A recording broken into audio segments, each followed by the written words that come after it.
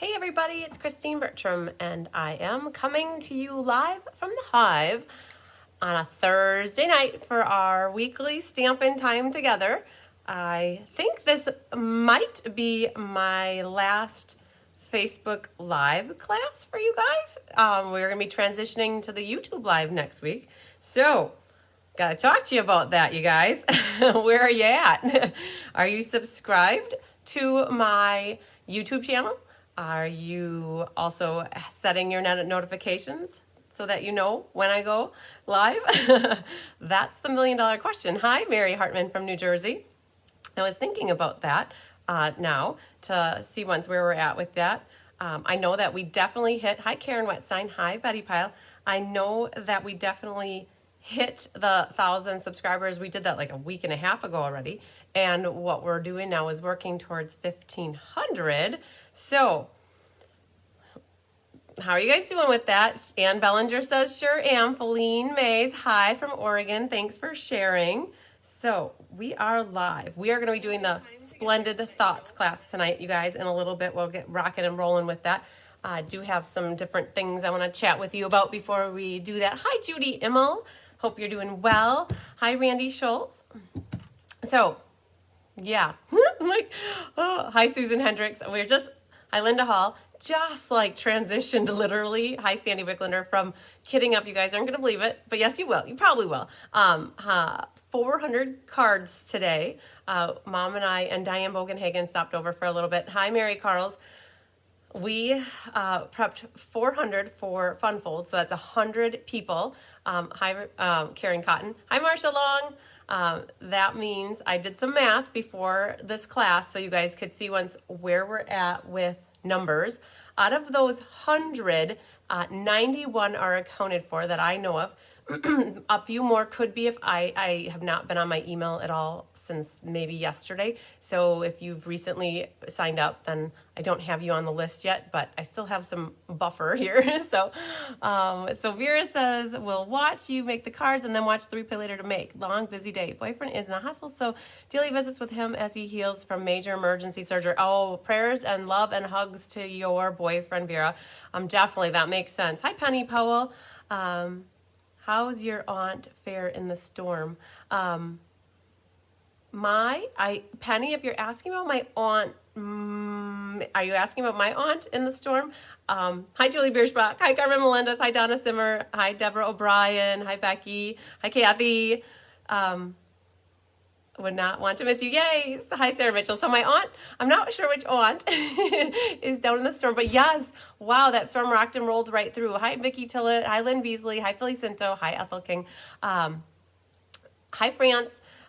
So the storm, you guys, I have lots of hugs and prayers and love to everybody down in Florida too. I've not watched the news since yesterday. Hi, Linda Hodge. So I have no idea where it's at or what's going on. I just know that my mom mentioned today that it hit at like the Fort Myers area where Lila Erickson is, also where Debbie Schultz is, and I know Sue Somerville's down there. So yes, lots of love and hug and prayers to everybody that got in the middle of that storm. So Penny, okay, so you are asking about my aunt. So no, my aunt and my uncle on my mom's side, they are snowbirds. They have a place in Venice, Florida. So that's probably what you're thinking about. They have a place and they usually go down in January and they come back in April or whatever Easter is. They come back right before Easter. So I think that's what you're talking about is my Aunt Marge. So yeah, they weren't there, but their place was in Venice, right? So it was right, I guess the movie theater down in Venice did not do so well. So I don't know for sure, but that's what my mom said. Hi, Kathy. And then there's Diane and Hildy. Hi, Chris Dudarenki. Won't be able to watch all tonight and catch the replay. No worries. Perfect. Hi, Judy Bobo and Barbara and Cheryl Thomas. Woohoo. So, yes, lots of stuff going on, you guys, with the weather and the storm. And I have no idea which, I think Judy Immel was telling me yesterday that it was supposed to go up the East Coast and then swing back around and hit the Great Lakes area later on. So we'll see. Oh, yeah, that's right, Hildy. That's what you were thinking. Yeah, the relatives that I visited last year in Florida. Yep. So they're snowbirds. So I haven't heard how their place is, but I can only imagine that there's lots of branches and trees and all that good stuff down. Hi, Patsy Roberts. Hi, Sherry Martin. Thanks, everybody, for sharing. So my mind, I feel exactly how I felt last night.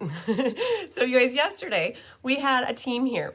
We had Judy Immel, we had Barb Collins, hi Rose, we had Diane Bogenhagen, we had Jill Butzine, and we had Anna Rebedu.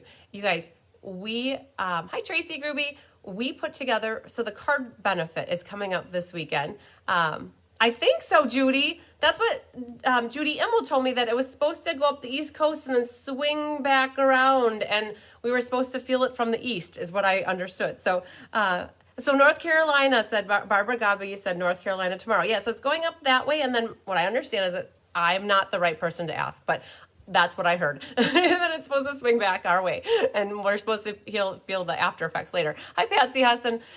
So it was quite the day yesterday, you guys. Hi, Judy Sharp from sunny California. So Anna Rebedu had done so much prepping on all the card making benefit cards, you guys. She had a lot of die cutting. She did, Rhonda, Chris Duranke did the embossing. It was just a mixture of people coming, and then head work. And then we came together, we made whatever 54 times 3 is, I'm guessing 162. That's how many cards we got done yesterday. So we have 2 cards left, and that's what Saturday is for now. We're going to finish off those 2. So 54 people signed up for the benefit and donated, which was awesome, but cannot make it in person. So they get the completed cards. And so, so yesterday we wrapped up. Hi, Teresa Horning. We wrapped up yesterday around, I would have to say 5:30, and then Judy stayed stamping until class started. And then we had class last night. We had the Rustic Harvest class. Hi, Donna Grushke. Hi, Linda Grady. So we rocked and rolled right into a class last night. I had 14 for Rustic Harvest last night. So somebody said to me that they thought my eyes looked like a little glossy and glazed over because it was just a day yesterday. It was busy. Hi, Doral. From California. And then today we kitted up the foreigner card kit. So my brain is a little bit scattered, but I have lots of things I want to go over, you guys. It's guess what, you guys? It's the 29th of September. I think you guys probably guessed that, but that means it's almost the end of the Stampin' Up month. It's almost the end of the Stampin' Up quarter, but it's also almost the end of the Stampin' Up year. Stampin' Up's year ends on the 30th of September, and then the new year starts October 1st. I am beyond excited to announce that we had a couple promotions on the team in the last week. So Christina Heiser promoted to silver, which helps Diane Bogenhagen promote to silver elite, and then that helped me bump back to gold. I had earned gold a couple years ago. Hi, Mary Lemke. Hi, Diane. And so in the interim, hi, Lisa Nealand. So in the interim, the gold dropped, but now I have it back. So that's so exciting. And then on top of it, Deb Norman just promoted to silver as well. So congratulations to those gals on my team. I'm so excited for everybody. And yeah, so it's the end of the Stampin' Up year. So we're trying to finish as strong as we possibly can in terms of sales, in terms of where everybody sits, and where the team is at. So I'm so excited.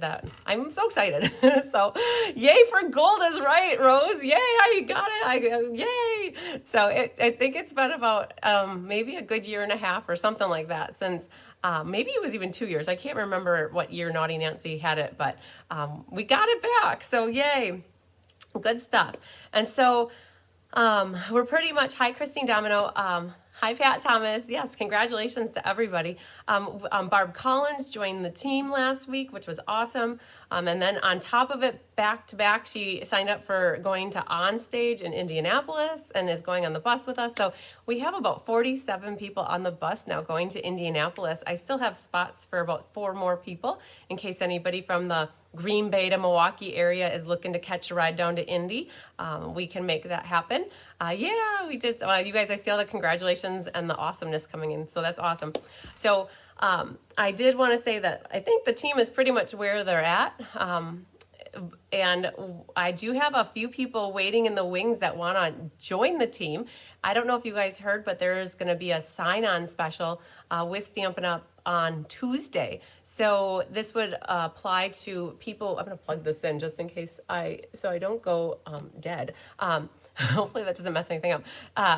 So in case you're not a Stampin' Up! Discount shopper or demonstrator, on October 4th, there's going to be a sign-on special where you get an extra $30 of product in your starter kit. So you're going to get this is in the US, so $155 of product for $99 plus tax. So I know we've got 2 people that I can think of that are waiting until October to get signed up, and they're going to start off the quarter and the Stampin' Up New Year, or the Stampin' Up New Year. Yeah, it is. It's a Stampin' Up New Year. Going to start them off good. So in case anybody's looking for that information, I will be sending an email about it with all the details. So if you're not part of my email group, make sure to subscribe to my emails by going to my website and signing up to get my emails. Then you will see those emails when I send them. So yay! Okay, I do have a bunch of Happy Mail. I have not processed it or gone through it all. So for anybody who has mailed me out anything in the last week or so, just know I'm going to show you really quickly. I do have a whole bunch of mail, you guys, that I need to process. So most likely you've sent me something. I have gotten it. I just haven't had a minute to confirm it. Been a little bit crazy with the benefit yesterday prepping, and then today prepping card kits. So just know I will be working on that. Hi, Julie Poindexter. At the end of class 2, I also have the cottage wreaths cards to announce who the winners are, and we're also going to do a drawing for the ink, paper, scissors class that we're doing tonight, you guys. I do have 36 signed up, but I have kits for 48. So if we're making the cards tonight and you think you missed out on this one, just know that you didn't. Hi, Linda. You can also get signed up for this class for tonight. If you sign up during the live right now, you guys, I'll add your name to the list and I will include you in the drawing. And then you can always figure out with me about paying via my website or sending a check or paying electronically. So Carla Lake, if you're watching, I'm not sure, I didn't see your name pop on yet, but Carla, I did see your email yesterday that you wanted to get this, and so I did include you already in the list. So you're good to go. So again, I have about 12 kits left for the class for tonight. Going back to the benefit, you guys. Hi, Millie Kindle. We do have 2 sets of cards that would be available in case anybody would still like to make a donation. It's $25 if you're going to pick up your cards, or $30 if you want them mailed. So the benefit, we still have 2 sets of cards left because we made extra. You know, we thought we were going to do 48 and then we ended up doing 64. So I still have 2 left, you guys. And also, you guys, the raffle is extraordinary. Holy Moses and a half. Hi, Rory. If you guys missed seeing the video that I did with Bonnie, hi, Barbara Moynan. If you missed the video that I did with Bonnie last week, Friday afternoon, I challenge you to go watch it. You don't have to be local to participate in the raffle. She's got over 20 baskets. And I'm so excited because Judy Immel went to Cranberry Festival last weekend and she got a mink blanket and a bottle of wine. Now that one would not be a shipping one. I did go through, hi Karen Karstay, hi Roxanne. I did go through during the live and I said, this one would be good for shipping, this one wouldn't be good for shipping. So I can't ship booze. I don't want to ship booze across state lines. I don't think you're supposed to. I'm sure people do it. I know I've done it in the past, but I'm not going to do it from a business perspective. And I don't want it to break or ruin anything either. So, Anna Rev, do you have room for me to come in person on Sunday? Anna, sorry, I just saw your message pop in and I'll respond to you afterwards. Hi, Deb Dorman. So yes, watch the raffle video, you guys, and let me know. You can always send me money via check, electronically to get in the raffle. I've had maybe 10 people that did that already, so that's awesome. Basically, everything that we do on the raffle, hi Linda from Kalamazoo, Michigan, everything that we do on the raffle, you guys, is pure donation to our Underground Railroad, and that's so awesome. Bonnie got everything donated from various people, some people from the team and people throughout the community, and so we're super excited to see what we end up doing with the raffle, or the raffle baskets. So you guys, there are 2 of these left, and in case you don't remember what they look like, let's see here, this thing, I'm gonna get that a little bit straight. Okay, so in case you missed it, these were the cards, and if you're getting them mailed, your cards will be completed. They will not be card kits. They will be completed cards. And so these were the 5 cards that we're doing for the card benefit. And so a different assortment of holiday-ish cards. Oh, yes, Feline, you can definitely get tickets for the quilt tonight. Yes. Oh, my gosh, you guys. Annette Rollin has made a beautiful handmade quilt. She also did table runners and just, there's Stampin' stuff, there's Norwex stuff, there's LuLaRoe, there's art supplies, there's a spaghetti dinner basket, there's a cat basket, there's a dog basket, like there's just a lot of stuff. And so, so many prizes to be won. So at this point, they're all amazing prizes. So I do want to remind you guys too, it's not necessarily a reminder, but I had my Rustic Harvest class last night, and I had a couple people that couldn't make it, so they're getting a set of my completed cards, which freed up a couple of my kits for class last night, which was the Rustic Harvest. You guys, I did it last week, Thursday. The raffle video, that's a good question, Deb. I think that the raffle video was on YouTube. I think I did a YouTube live, and then I shared the link to Facebook. So if you guys are looking for it, you'd have to look through the news feed on Facebook, or you could just go to the video section on my channel on YouTube. So yeah, I think I transitioned a lot of the Operation Underground Railroad card benefit stuff. I did a lot of those videos in YouTube to get out there and practice helping people get into YouTube to watch videos. So I think that's where it is, Deb. So Rustic Harvest, you guys, I have, I believe, 2 sets left. So Feline, I just saw your note. So yes, Feline, I will mark you down for one of them. Lori Baxter, if you're watching, Lori Baxter was on a waiting list. And so Lori, if you are watching, I do have a set for you.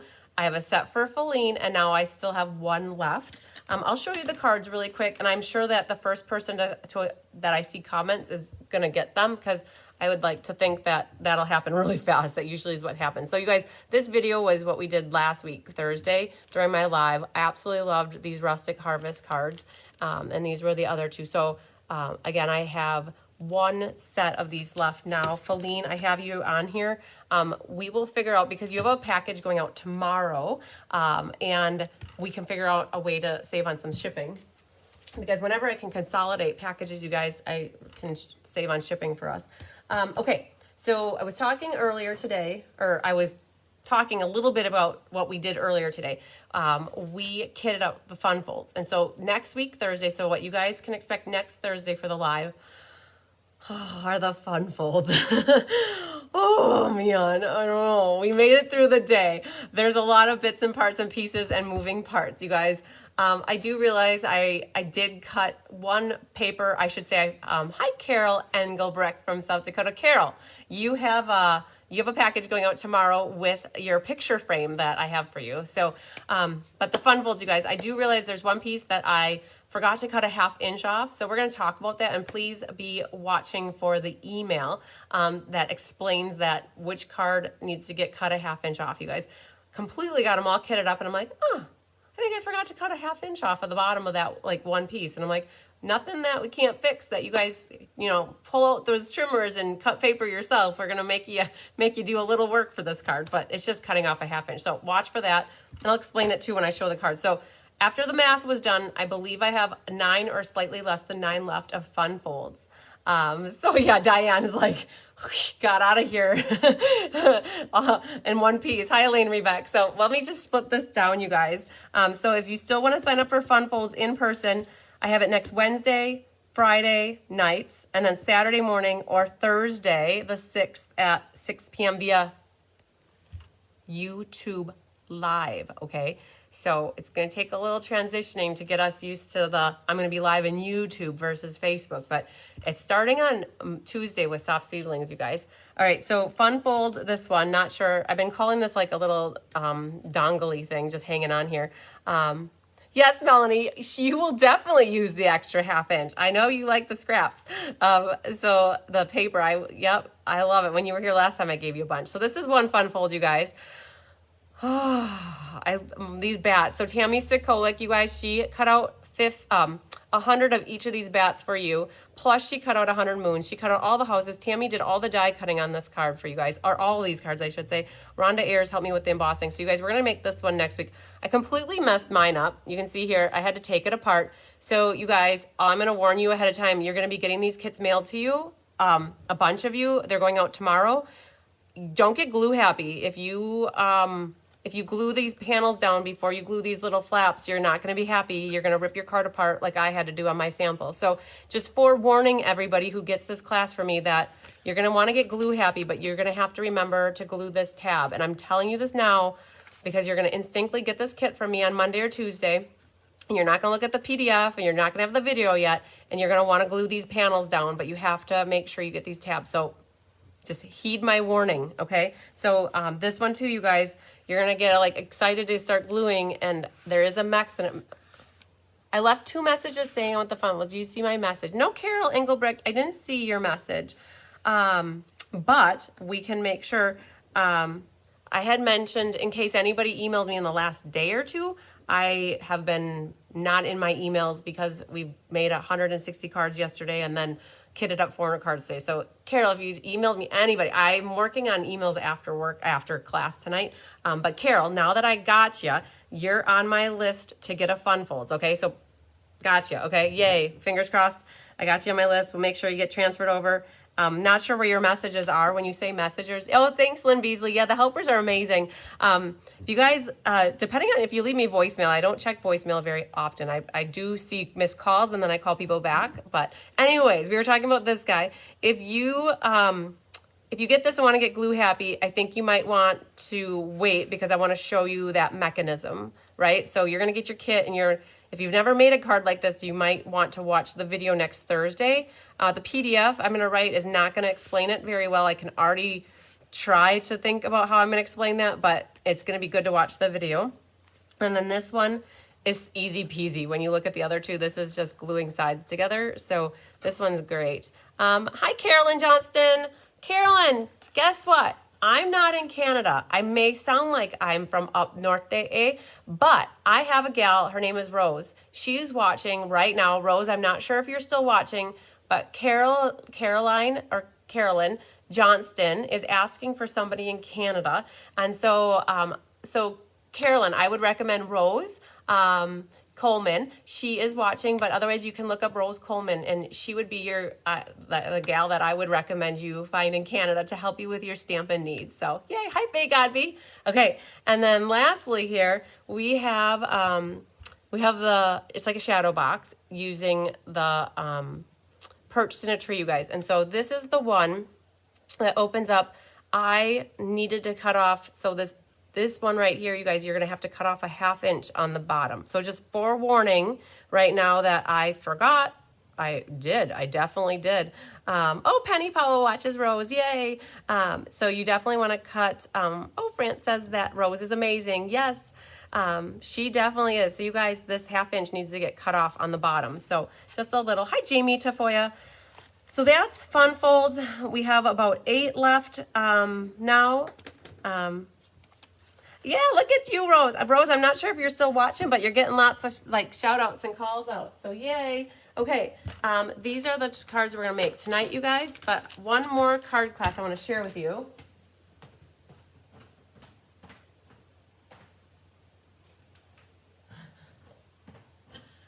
Had to go get it really quick. So I just wanted to give you something pretty to look at while I was going to get it. I have soft seedlings, you guys. This is going to be the first. Oh, Luann Johnson says she watches Rose every day. I love it. Yay. Kay watches Rose. Look at all this love for Rose. I love it.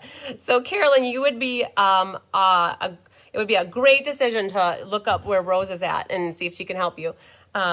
So soft seedlings is the class, you guys, coming up on Tuesday.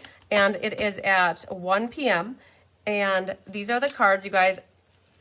Rose Coleman, Coleman. So soft seedlings is free. We're going to double up on that card right here, you guys. And then this one is free with a minimum purchase as well. I kind of missed my numbering system and I ended up with 9 extra of this. So this one is available as well. So I believe that I have 9 for soft seedlings.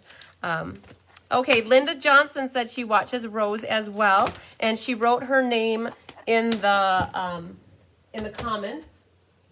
And then Feline, I just saw your post about wanting another one of the fun folds, so got you down there. So yay. Okay. What else was there? You guys, I don't know. I'll think of things as I go. Yeah, Rose is great, you guys. I met Rose at Backstage in New Orleans, and our rooms were actually about maybe 5 apart. I can't remember how far down the hall. She kept walking with her girlfriend, and I went in the room with Jennifer, and so she was on the same floor and just passed, and we hit it off, and we had fun talking and chatting. So it was really great. So yeah, definitely check her out.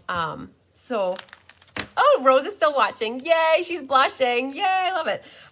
So I'll think of other things as I'm going, you guys. But that's pretty much, I just got to put it out there one more time, you guys. I know we're live in Facebook right now, but come Tuesday, October 4th, my first YouTube Live class is going to be in YouTube. So I'm hoping that you guys catch it. I'll be sharing the links for the YouTube Lives in Facebook, but not actually putting the videos in Facebook. So if you're ever trying to find a link to a video, all you have to do is go to my events calendar. If you know the day of the class, you can go to that actual event in my website, and the link is there, and it'll take you right back into it. So yes. Oh, hi, Jeannie Parker from Michigan. I hope you're all moved into your new house now. That's awesome. I think that transition is hopefully done by now and that you're unpacking boxes. So, all right, we are going to, I think there was one other thing that I wanted to mention to you guys, but hi, Cindy Sits, or is it Sites? It might be Sites. I'm watching you live. Whoop, whoop, yay. Okay. I feel like there was one more thing that I got to tell you guys, but I can't remember. Oh, I remembered. Okay. I had a couple people ask me about that showcase video. You guys, every end of the month, before the first day of the new month, I share with you all of the upcoming classes. I just realized that tomorrow is the 30th, and I was going to try to do it today or tomorrow, and that was not happening.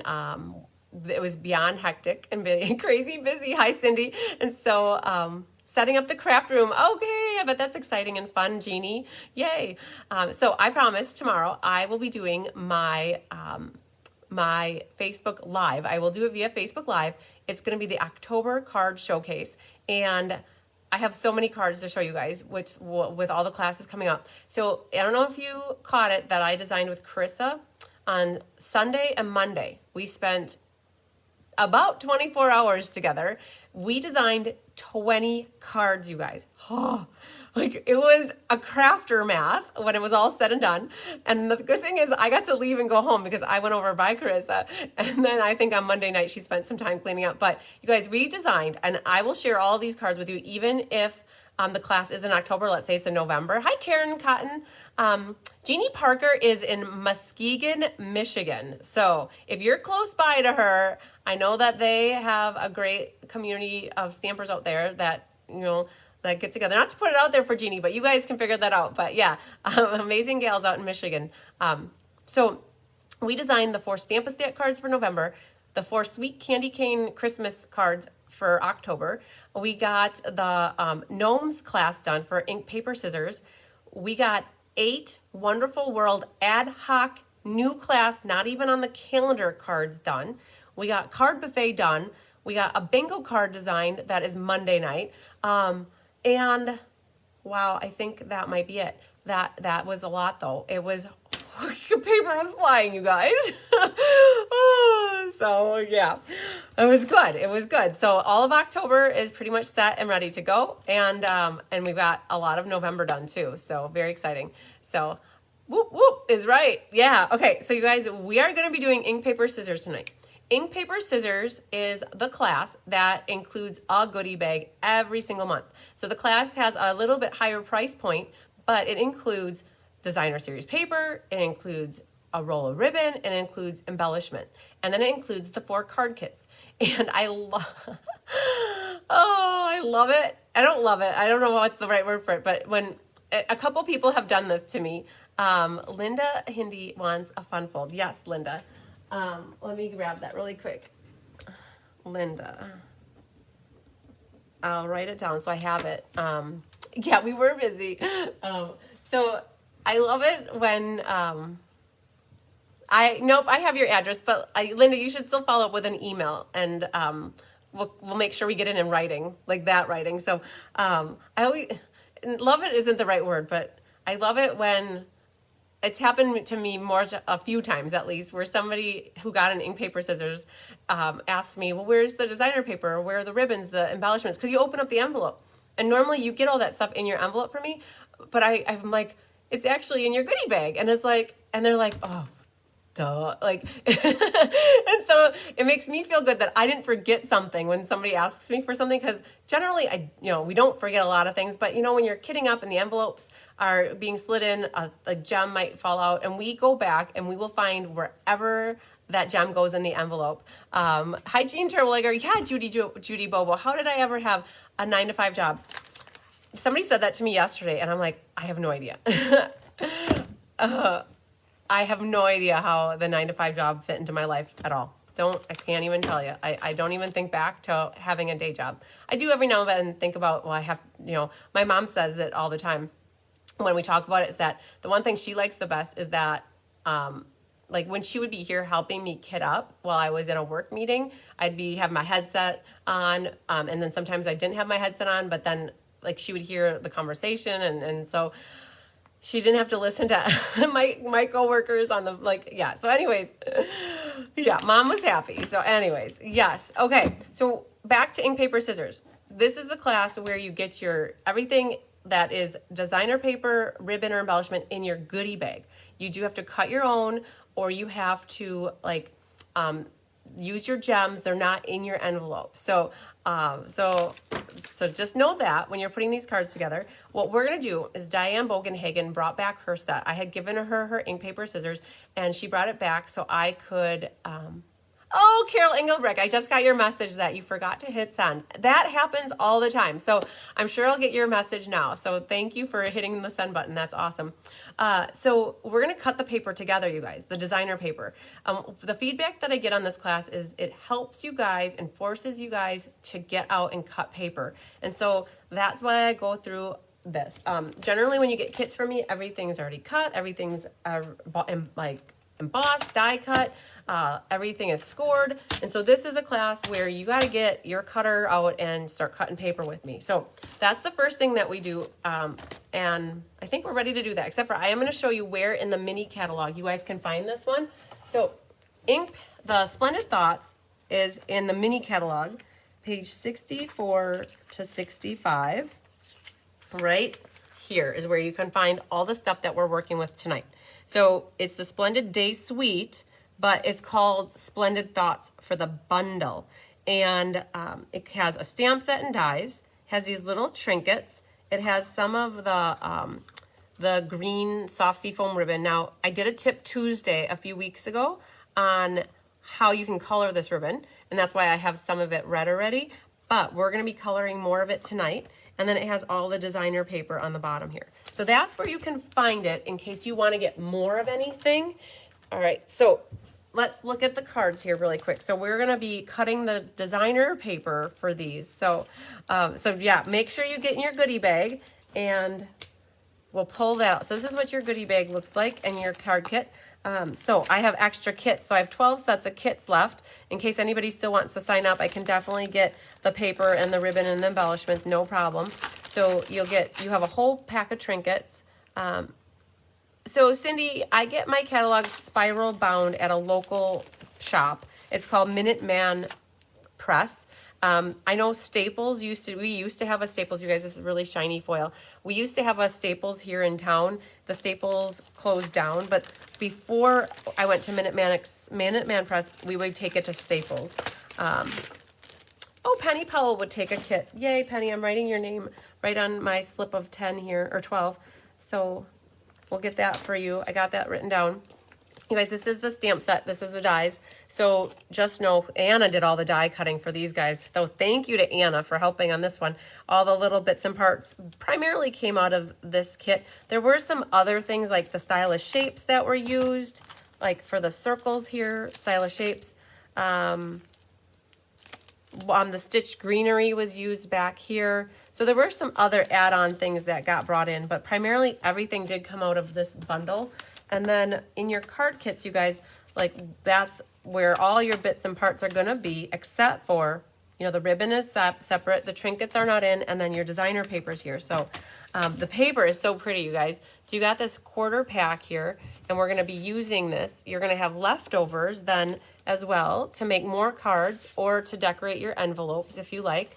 Office Max and Kinko's can also bind catalogs per Julie Ledbetter. So yes, thanks Julie, that is perfect advice.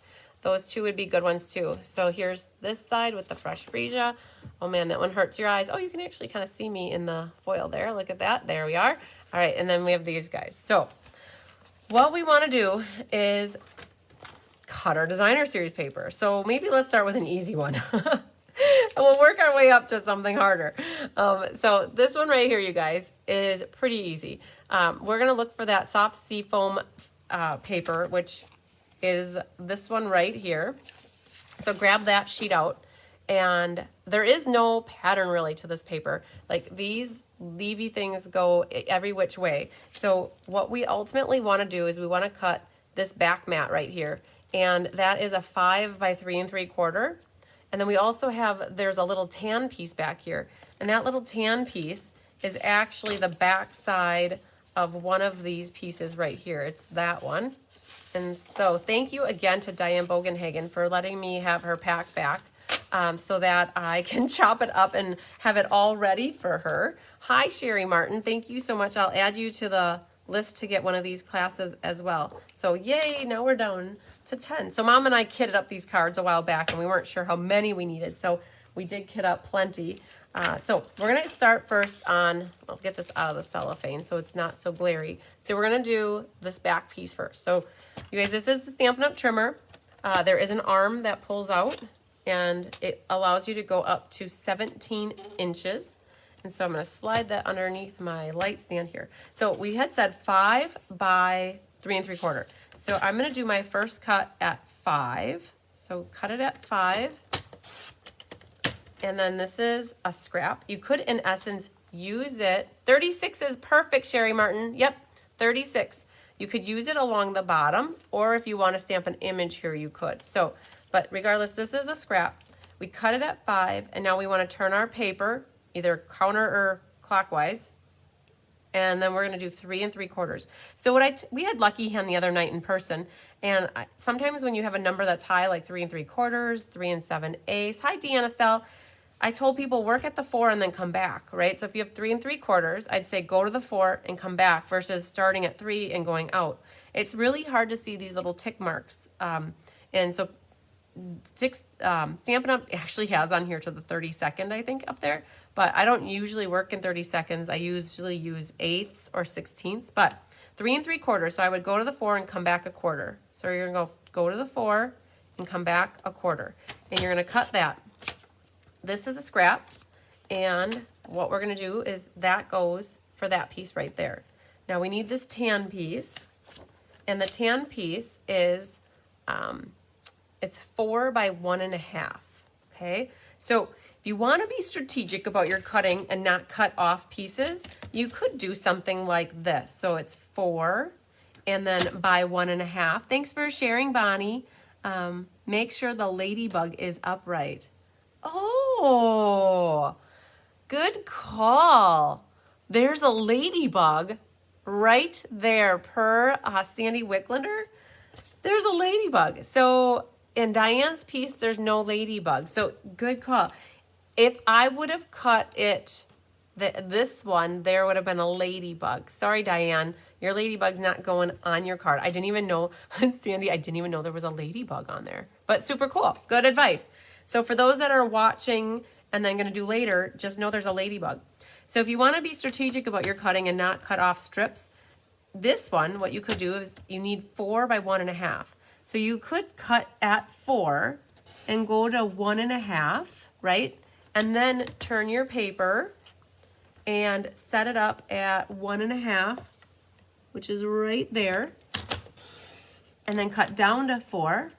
And now you've just cut out this little slip of paper and you've left a chunk. So now you could, in essence, use this as a long strip here or a section there. So that's another way that you can cut your paper instead of cutting off strips. So let's find your card kit, you guys. What I would recommend doing is finding your card kit that this goes in and just slipping them inside the envelope for now so that you have it for later on when you put your cards together.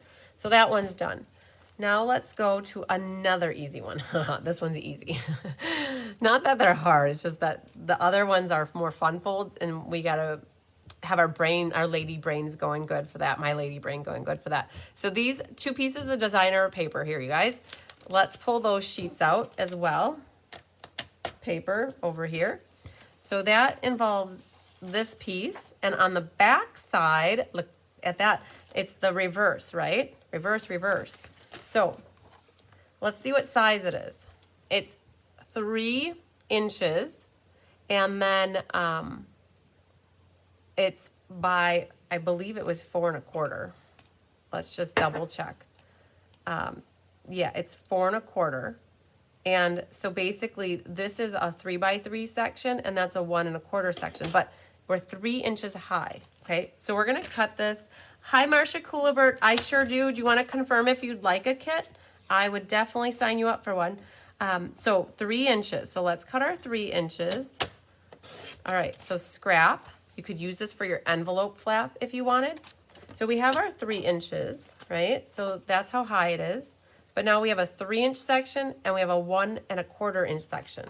So we got to cut this at 3. So basically it's a square, you guys. So 3 by 3. Now that is this piece right here. Okay, Marcia, I will add you to my list for one of the kits. And then we're going to cut the other one here. So we're going to do Marcia. We'll add you to the list. And then we need 1 1/4. So let's go to 1 1/4. All right. So that's a scrap. And now these are the 2 pieces for here.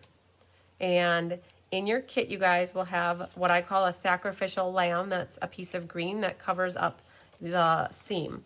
So now find this kit, which is the one that's purple, and we're gonna slip those 2 pieces into here. So you guys have plenty left over to do an envelope or do another card, whatever you wish. All right, now we're gonna do, this one's easier.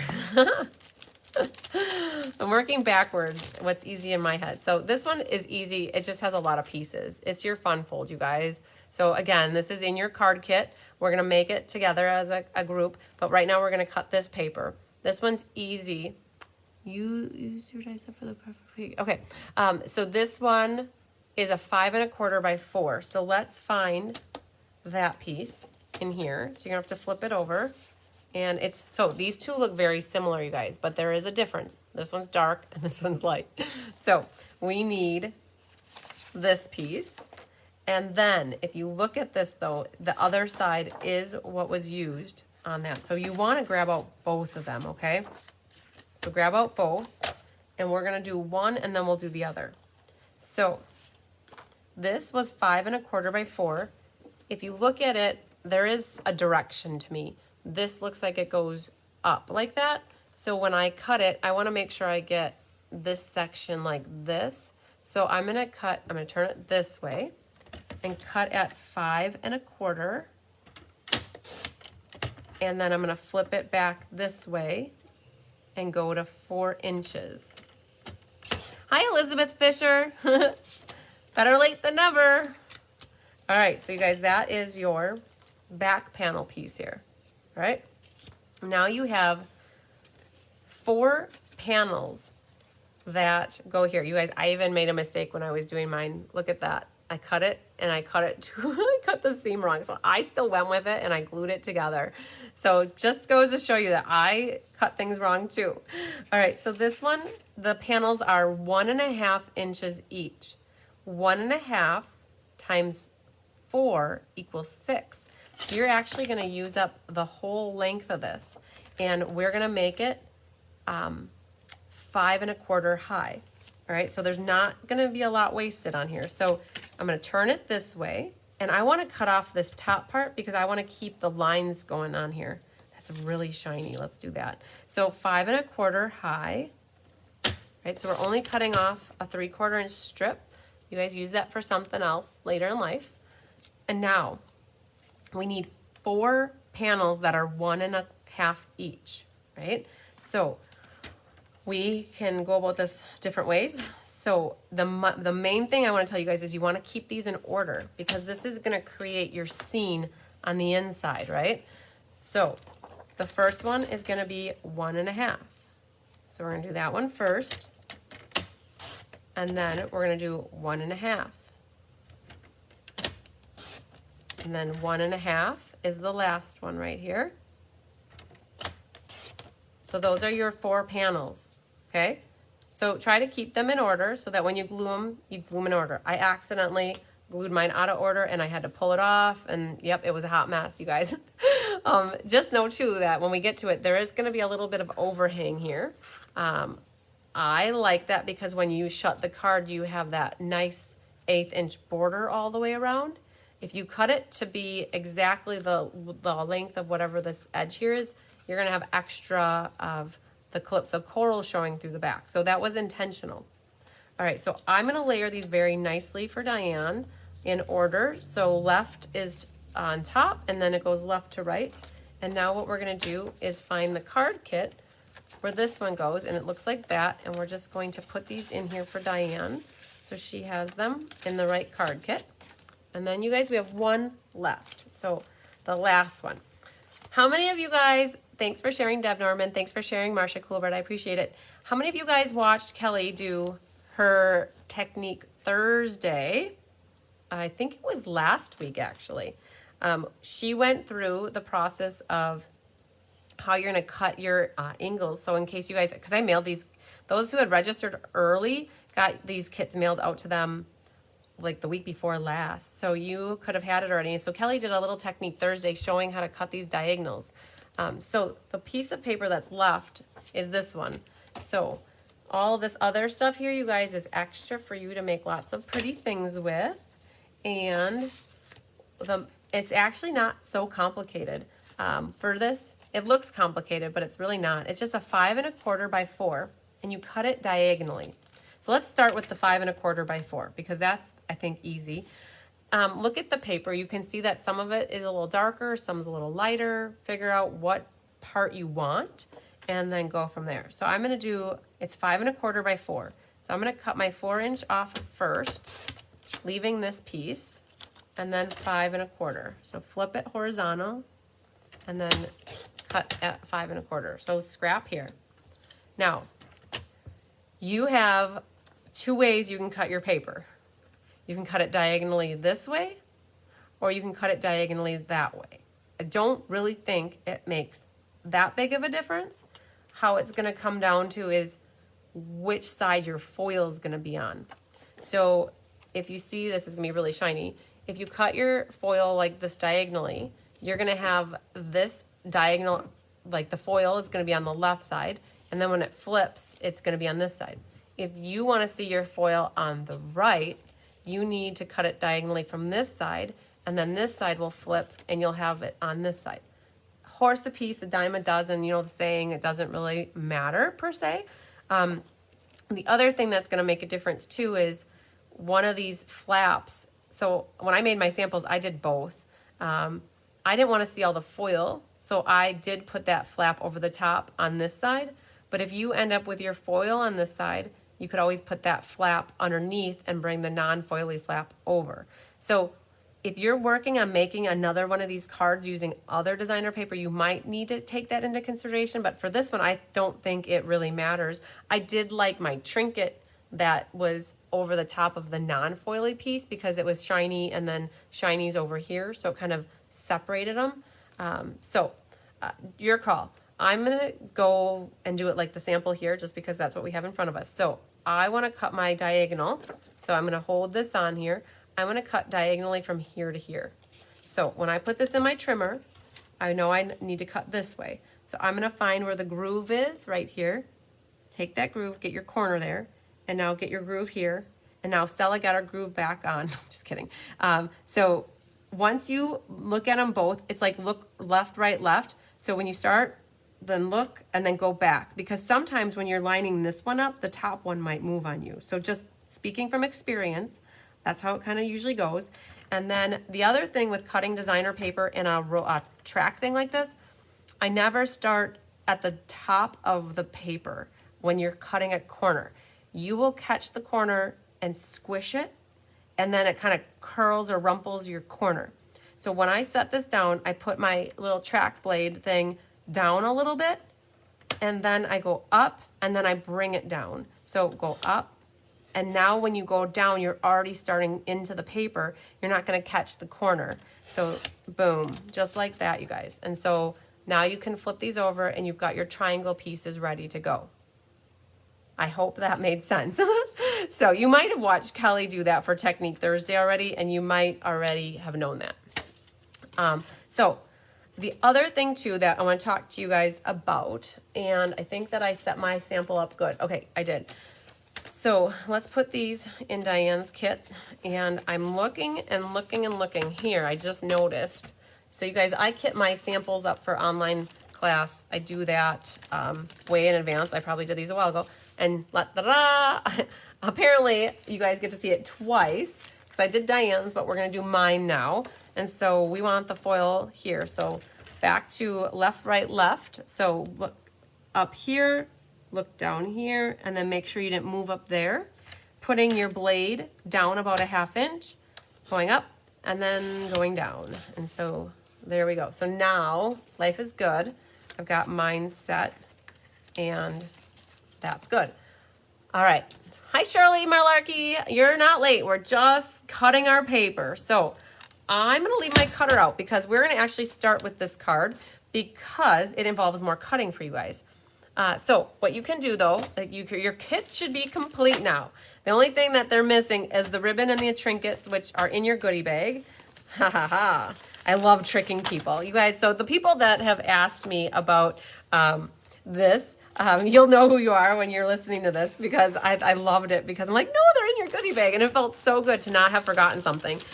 So it's fun that I'm like, nope, they're in your goodie bag. All good. So this one, Diane Bogenhagen, is ready for you. We appreciate you letting us use yours as a sample. So, oh, thanks, Renice. All right, so we're going to start with this one, you guys. And we're going to pull out all the pieces. So in your envelope, I had 2, but have been looking everywhere, laughing out loud. Fanny, I'm not sure what the 2 means, but you were looking for, you had 2, but you're looking, hopefully you find them. Let's say that, hopefully you find them. So in your kit, you guys, now, you'll have this die cut piece, right? That's for your flower that came, or your leafy thing that came out of the die cut set. You'll have a little half moon, half circle. That's what I was calling this thing. That's actually part of the set. The die set. Not to you. Okay, perfect, Penny.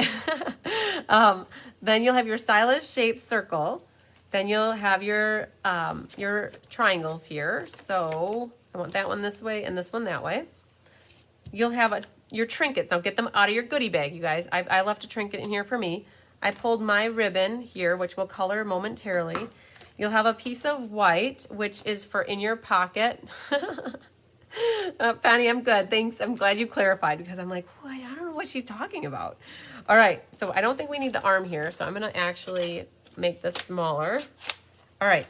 So in your kit, you guys, I left some cutting for you as well. I don't always do that, but I did it this time because I didn't want to have to cut everybody's triangles. And I want you guys to experience how to do this card to successfully make another one in the future, hopefully. What I did do is I scored your paper. So this starts off at 11 inches by 4 1/4. And it's scored in the middle for you at 5 1/2. And I did that because we needed to fit them in your envelope, right? So what's gonna happen is I'm gonna put, so this is the center of my card. And then this is the center of my card. These are gonna overlap like this. And eventually this side's gonna fold in and this side's gonna fold in. But before I get a little crazy with the folding, because it's always easier to like cut something when it's not folded, I wanna check, you guys. So when I'm on a cutter and I'm cutting my paper in half, it doesn't always end up in half. Sometimes it is off a hair, right? It just is a matter of how it works. Like you can't always get it exact. So the first thing I want you guys to do is hold your pieces of paper together. And if you can see there, you might see that, oh, you can kind of catch it. One of mine is a hair there. I think you can see it. One is a hair longer than the other one. You might have this happen to your kits for me too. This is important. Like normally it doesn't matter, but it's kind of important because you're going to see that flap. So we want to just make sure that you don't have that overhang. Okay. So what I'm going to do is, oh man, I'm going to cut off that little bit right there of my bottom one. So whichever one is wider or taller, cut off that little bit of a hair with your trimmer. And so it was, for me, it was that much about, I'm guessing you guys. So I'm just going to go here and I'm trimming off, I would call that a hair and a half. Okay. So now what I'm going to do is line them back up and make sure I'm back on track with it. And if you're off a smidge, fine, no big deal. But that is, now I'm even, you guys. So that was what I want you guys to do first, is just to make sure you're even. If you don't care, then don't do anything about it. But if you do care, that's what you could do. So now back on to that, these are eventually going to get glued together. Like this gets glued. And then this is the one arm that comes this way, and this comes this way. And what we need to do is we need to cut from the score line down to this corner, and then we need to cut from this score line down to this corner. So each one is getting cut, right? So the easiest way that I can do this is by visualizing it. Hi, Kathy Jackson from Iowa, Wisconsin. So I know I need to cut this corner off because when this flips down, you have this bottom section. So I'm going to move this off to the side for the moment in time. And I know I need to cut from here to here. But when I use a cutter like this, it leaves a little rolled edge for me. And I don't always like the rolled edge to be up. So knowing that this is my inside, I'm going to flip this upside down, but I'm going to remember I need to cut from here to here. Okay? So I'm going to put my corner up here, and I'm going to find where my score line is right here. And I'm going to make sure that score line is at my groove, and then I'm going to go back up here and make sure I'm at my corner. So I'm cutting off the corner. I give you guys permission to cut your corners off, okay? So again, I'm starting below my corner and going up and then bringing it back down. This is extra, okay? Do with it what you want. And now what you've done is you just bring this guy, and he's going to be that one side. Okay. I hope that makes sense. Now we need to do this on the other side, but kind of like the opposite. So now I want to cut from here down to here, and that will bring me my one in. So again, I want to flip it over and cut like the outside. No sound. Let's see here. I hear sound, Laura. So hopefully it's just on your end and not anybody else. Hi, Diane Kennedy. Okay, I'm going to flip it over, and I want to cut here to here. All right. So I'm going to put my paper like this, and I'm going to put my score line by the groove, and then I'm going to go down and get that corner. I'm going to make sure my score line's up at the groove and down to here. And I'm going to start in a little bit, like down, go up and down.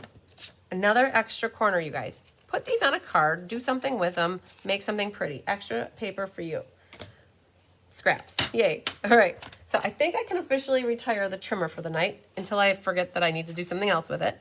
But that trinket is very shiny. Let's cover him up for now. Okay. So this will fold in. All right. Now I'm going to burnish my edges. And so you guys, this is like a pocket card. That's what I call this. And now we're back. We're on track here. We can start getting things put together. You guys have your triangles over here. We talked about them. So now that will fit here. And then this one will fit here. So we're going to get a little glue happy because we can. So let's just, it's so shiny. All right, we're going to glue. So we're going to put a little bit of adhesive on the top of this back panel. Okay. First one. And now you want to line these up. So that's why it was important that they were the same, I'd say, height this way. and get that to go right into the crevasse. And then now that's the base of it. So this is your card base. All right, boom. So now we're gonna glue on the foil. Let's grab our glue for that, and gotta be careful. You don't want it oozing out the edge too much, so don't go too close to the edge. Like close to the edge without going over, without having a lot sneaking out on you. So that's gonna go in this triangle, just like that.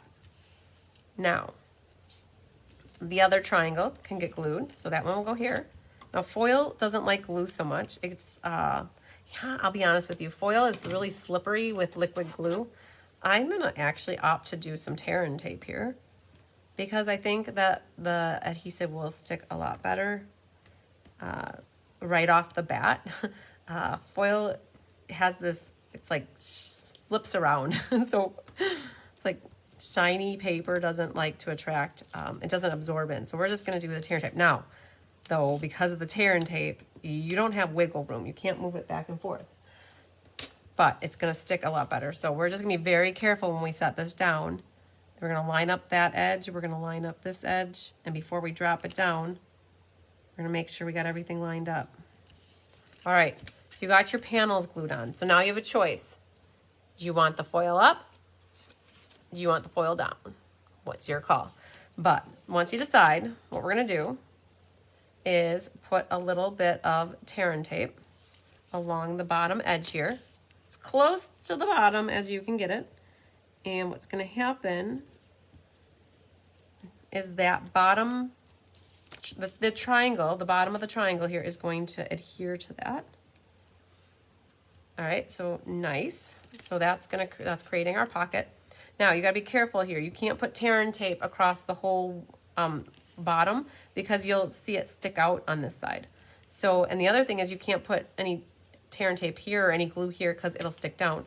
You can really only put adhesive in this triangle right here. So what I would do is I would prep my bottom over here, and I do want to make sure I get the corner. So the great thing about tear and tape is you can go over the edge here. All right, so I'm over the edge, but what I can do is I'm going to roll it right back onto the card when I peel off that backing. So I'm going to do this here, and then I'm going to kind of guess by holding this here that I know I can't go past this mark here. And so I'm going to put this right about there. So we talked about this comes off, that comes off, and then you've got that little overhangy. Just fold it back and then fold it back. And now you've got adhesive right to the peak of the card bottom here. Right, then this can flip on here. Did a swap with the style card, a crisscross pocket card. Yeah, Linda, awesome. It's a crisscross pocket card. Crisscross, applesauce, yay.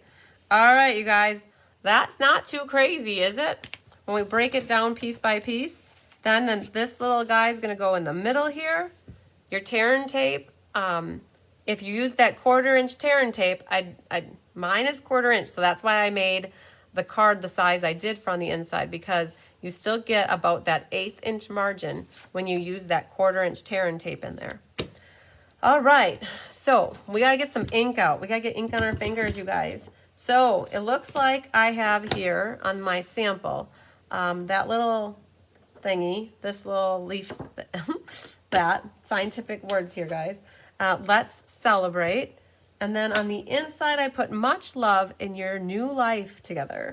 So the thing about this, you guys, my tip for you is when you go to stamp, you got to make sure that you don't stamp in this general area unless you want to see it. Like, you might design your card where something's coming out of there, but just know that I have the top of that L just hidden behind that circle. All right, so let's go ahead and make that happen. So we're going to use Calypso Coral. Now these are red rubber stamps, so we don't necessarily need the piercing mat. I made this card, I made a recipe. Oh, the recipe would be awesome in there, Judy. I love that idea. All right, so we're gonna do this one in the bottom right-hand corner. Let's see what it looks like. You guys like to practice before I do it. So that's where that one's gonna go. And then our sentiment says, let's celebrate. So here's my tip on the stamping of your half moon. All right, so I definitely would find which is the back. So the rolled smooth side is the top and the rough edge is the back. I definitely like to stamp on the back to get a little bit of practice to see how it's gonna go. Now you might be superstitious and say, well, if it turns out good, then you used up your one good shot, but I don't generally feel that way. And the circle is part of like apples and the basket or something to go with. It sounds awesome, Judy. I went up a little too high from what I really want to be. So I'm going to keep that in mind, and I'm going to bring my stamp down a hair and cross my fingers that it turns out good. All right. So there's our let's celebrate. And then we have a sentiment. So I'll be honest with you. Somebody's going to win this card, and I'm going to poll the audience really quick. Should I stamp it or leave it off? Because if you win it, would you like it to be blank on the inside so that you could stamp your own sentiment? Because let's celebrate could be for anything that you want to celebrate, where much love in your new life together implies that it is for a wedding card. So I'm going to take the first couple people who reply with what I should do on whether I should stamp the inside or leave it blank. All right, so you guys, I'm just working on the ribbon while you respond. This is that soft sea foam, and I was over the green. You guys, I'm going to tell you a little secret. Soft sea foam is probably my least favorite color in the catalog. Leave it blank, stamp it, please. Two opposite. Blank, leave it off. Blank, blank, blank, blank. Blanks are coming in more, so I'll leave it blank. But you guys, soft sea foam is not my favorite color.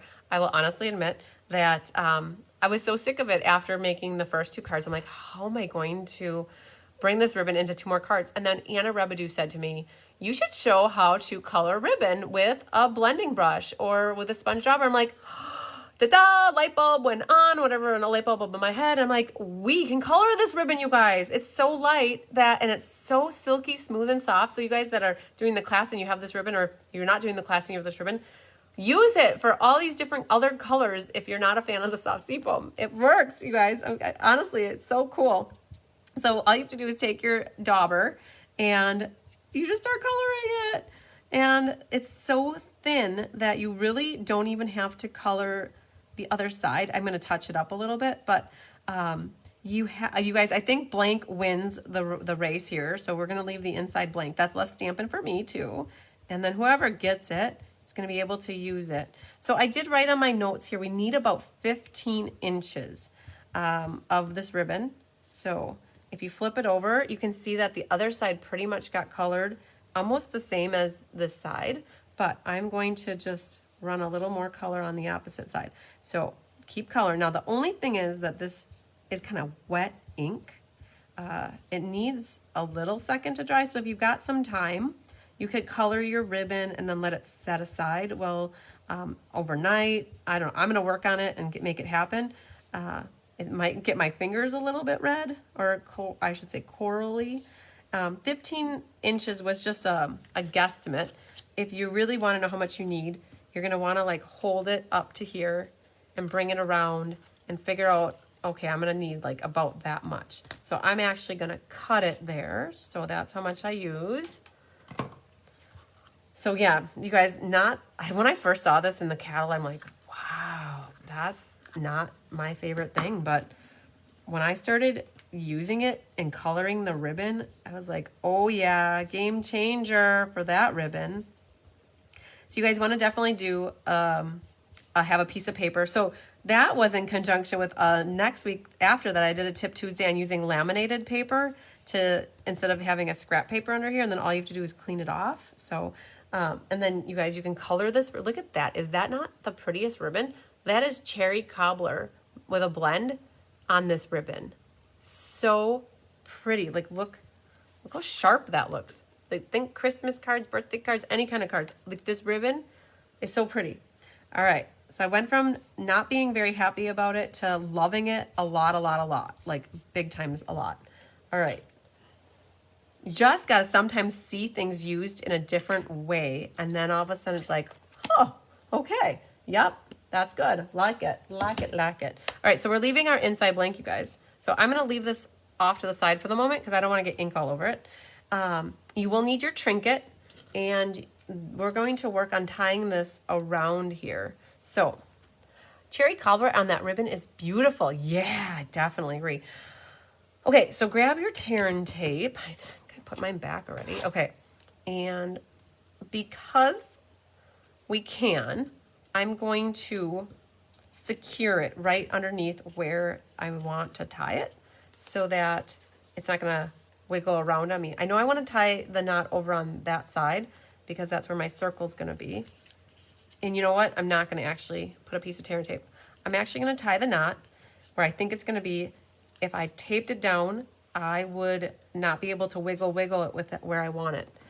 Thanks to Jennifer Merle Hamster, I have a reverse tweezers in my grasp here to hold this for me. If you had a buddy system, that would help hold that, but using a reverse tweezers really helps with the, oh, before we tie this, you got, yeah, before we tie this, we are gonna get our trinket on here.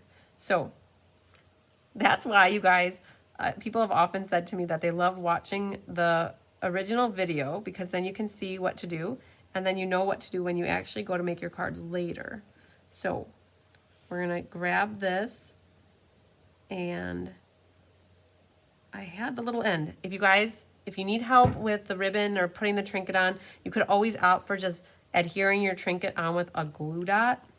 That works too. But what I did now is I got my trinket on here, and now I'm gonna tie the knot. So, haha, tying the knot, get it? Like this is a wedding card and we're tying the knot. All right, so grab that. And now we can let go of that. We got our little trinkety on here. We have the ability to wiggle this left and right and up and down at this point because we did not secure it down. We used the scissors to help us. And let's figure out where this is gonna go. So this is another one you have to be careful. You cannot put adhesive on the top. It will like go onto the back of our card, and we don't want that. So we're gonna kind of figure out where this circle needs to go. And now you can, I'm using my fingers and just twisting it. I'm getting ink on them, right? Because it's not dry, but I'm just gonna twist that over to where I want that to go. And something like that. And then if you need to move it up a hair, you can always move it up. All right, so that's set. Don't need to, for a measure, we could just tape it. That's fine. And then we're gonna put some dimensionals now on the back of our circle. So I'm gonna put them over here, right? Because that's gonna cover up that section. I'm gonna actually put it over there. And now I can put them on the bottom of this circle, right? So that should be enough dimensionals, maybe one more right there. All right, so now you can pick these guys off. Make sure that guy's down. What size circle did you use? All right, Linda, I think that my ruler is right here. It's from the Stylish Shapes. It is about 2.5, just a hair over 2.5. So now we can put our circle down right where we think that's gonna go. All right, so now we've successfully not put adhesive over here, and we've got that centered where we want it. And if you really want to see this little guy, you can just tuck that ribbon behind. Make sure that's nice and tight, and you're gonna grab your ribbon scissors, and you can just trim your tails. Now, I know that you're cutting off a little bit of the colored ribbon, but you kind of needed that. If you give yourself too little of ribbon, you're gonna struggle. The struggle will be real. I've learned that. My mom says, just be grateful you have little nimble fingers that you can still make bows and do this kind of stuff, because they're not always gonna be there like that for you. So the more ribbon that you give yourself, the more successful I think you're gonna be at tying ribbons and making bows, and that's where that bow maker comes in really handy. All right, so let's flip this over, and we're going to Ella, this little guy here. And then that is going to get put onto the back of this right here. And what I did So I put that flat, and then I popped up the pot thing, or whatever you want to call it. And so we can put a couple dimensionals on the back of him. Pick them, and then I attached it right in the center. So it caught that one right there. And then I'm also going to add a little glue dot right in that middle section here. Now test it out. Does it look too high? Okay, I think it's a little high. So I can bring it down a little bit more. I like to see the little leaves kind of hang in front of it. I did that over on that one, on that left-hand side. It's just hanging down a little bit. So then we're good. And then that kind of rests right at the bottom of the circle. That's stuck. And your little card can go in here. So you guys, another thing in your goodie bag that we put in here, it's in which card kit? I think it's this one. Hang on, we have a little extra little part of your goodie bag. I don't remember which card kit we put it in. I gotta think about where we put it. You have some sequins and gems. Let's see here if we can find it easily. Not that one. I'm looking through Diane's because Diane's is, oh, thanks, Betty. This one maybe. You guys, is it in this one? There's a little bag. Oh, here it is. Okay, so you guys, everybody that got the class, in the Fresh Freesia card kit is going to be a little baggie. It's underneath. It's right here. There are some extra little embellishments for you. There's some sequins and these gems. They are for you to put on all 4 of the cards. There's plenty of them. I think I did like, there's 6 and there's 16 of them, right? So put them on your cards. And I'm trying to think if I have any relatively close to me. But that is where, so they're in that one Fresh Freesia kit. But you can see here, I added them down here and right there. So they complemented. So I added a little one of the gems and then 2 of the pink sequins down here.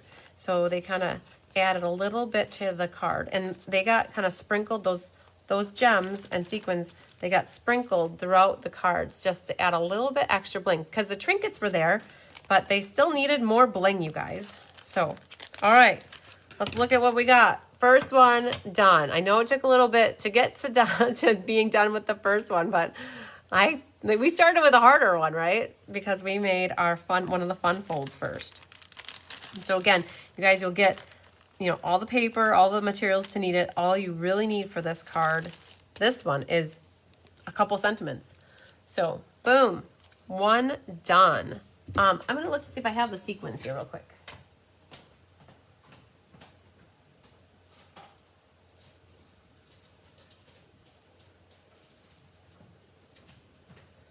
Da-da-da. I do. So this is how they come when you get these.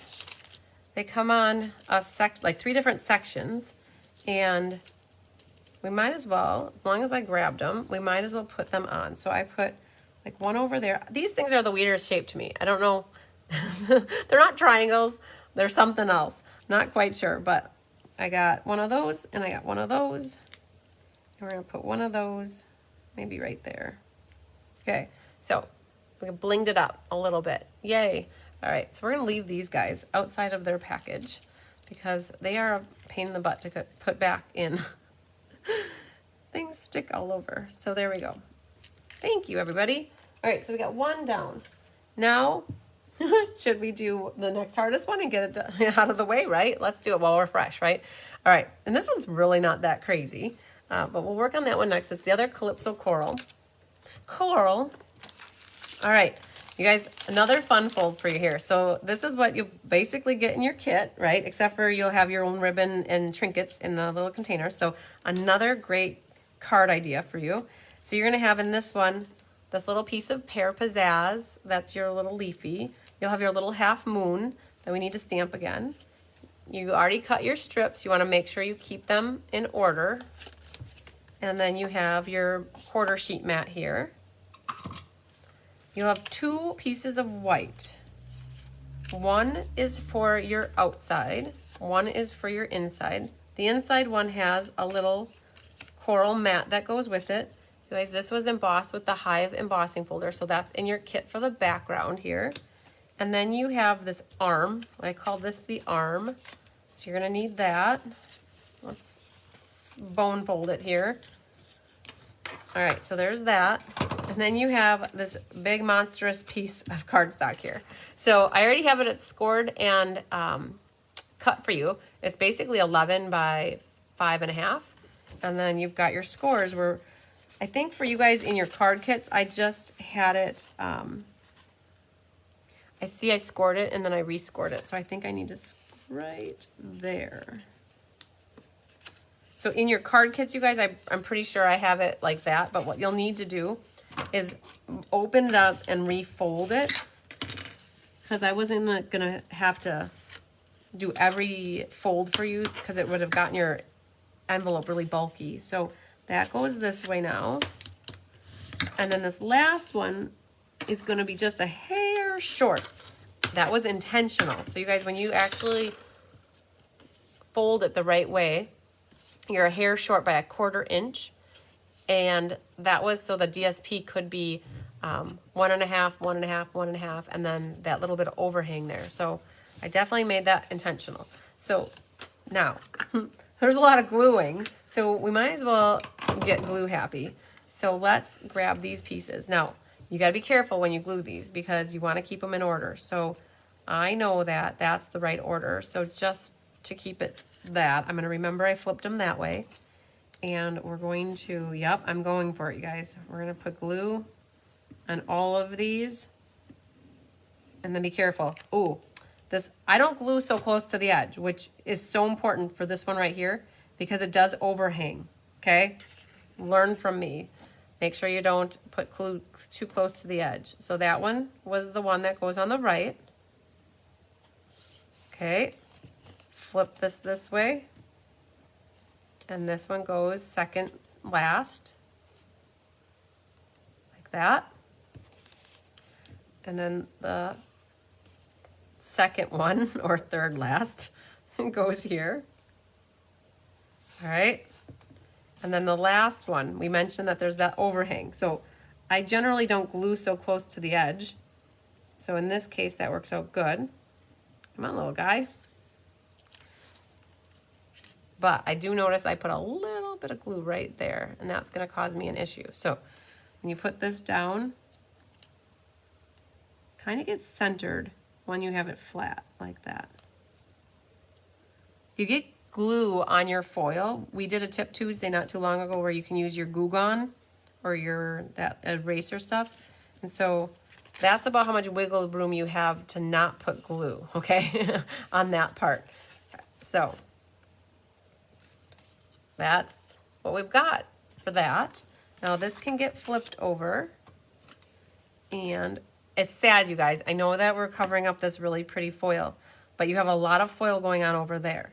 So if you want to see this side up, you can, but just know it's a lot of foil going on. So we're going to put that. So I'm going to put them, I looked at them and I want to make sure they're going the right way. Always check that before you get gluing on things. So that goes that way. And now our arm. So these two things, like this will get glued here. So this is a square. Oh, actually it's not. I wonder if I cut mine wrong. I did. I have it a little bit too high. I wondered about that. Oh yeah, I gotta trim my guy. So he should only be a 3x3, or yeah, a 3x3. I think I got him just a hair too high. I said that I thought we were done using the cutters tonight, but I don't think we are. So let me just double check this because he looked a little bit big. Just a little bit. Let's check that way. Oh, that one's good. Okay. Wasn't a much, but it was just enough for me. Yep, that hair is what I needed off of there. So what's going to happen is this one will get glued here, and then this will eventually get glued on here like that. But I think, yeah, we might as well glue. Let's get gluing. So Isn't it funny? You go to flip it over and they're both the same at this point. So I'm gonna take my little scissors and trim off the little fray things there. So flip this over. A little bit of adhesive here. And we're also gonna put, so this is where you gotta be careful because you do not want glue here. So what I would do is put just a little bit of glue there and a little glue there. And I'm gonna start with this because this is what I wanna make sure is centered nice.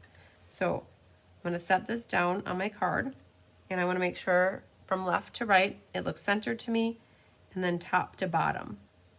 I'm an eyeballer. If you wanna measure it, get your ruler out, that works for me too. So I'm gonna just eyeball it. So this is going to get shut like this and then this gets shut on top of here. That's it. It's not rocket science. So that's what we got going on. Now, you are gluing onto foil, so I do recommend giving it a hair, or I mean some time to dry. Like the heat from your fingers helps too. The other thing with the foil paper, sometimes you will see that you can see the glue through it. Do you see that? You can see the little glue. If you want to avoid something like that, you could use tear and tape around the edges too. Okay, so that's good. And now with this one, because you're using liquid glue, you got a little wiggle room with it. So get it where you think it needs to go, and then you're gonna shut your card and make sure that it's lined up perfectly or as good as you want it. See, I kept moving, I had it up a little too high, but because I use liquid glue, I can keep shimming it. And now it sits right underneath, pretty much right underneath where that arm is, or whatever that thing is. Okay, that's it. So that's, now you can't really see it, but when you open it up, you've got that. And now you've got this hive and petal. This is petal pink, you guys. Hi, Donna from Pennsylvania. We can put a little bit of adhesive. You guys, we did the gourmet card last. Oh, Becky, I got this. I have a gal that her husband makes them for me. I do sell them. It's a Be Creative caddy.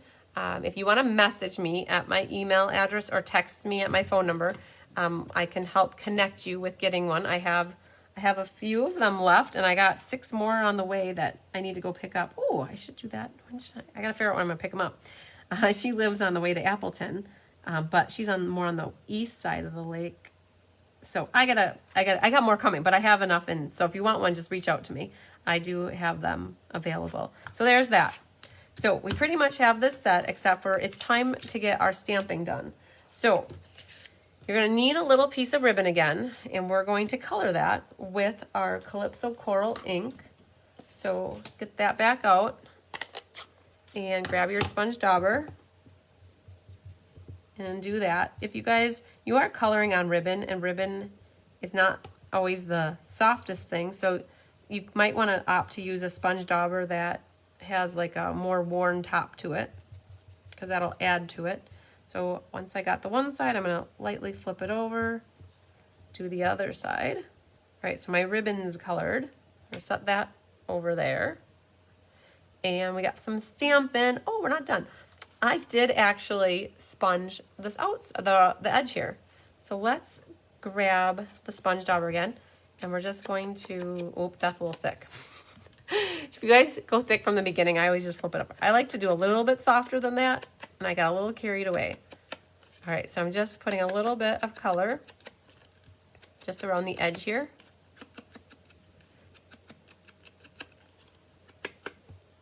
It makes it so it transitions from the coral color to the white color.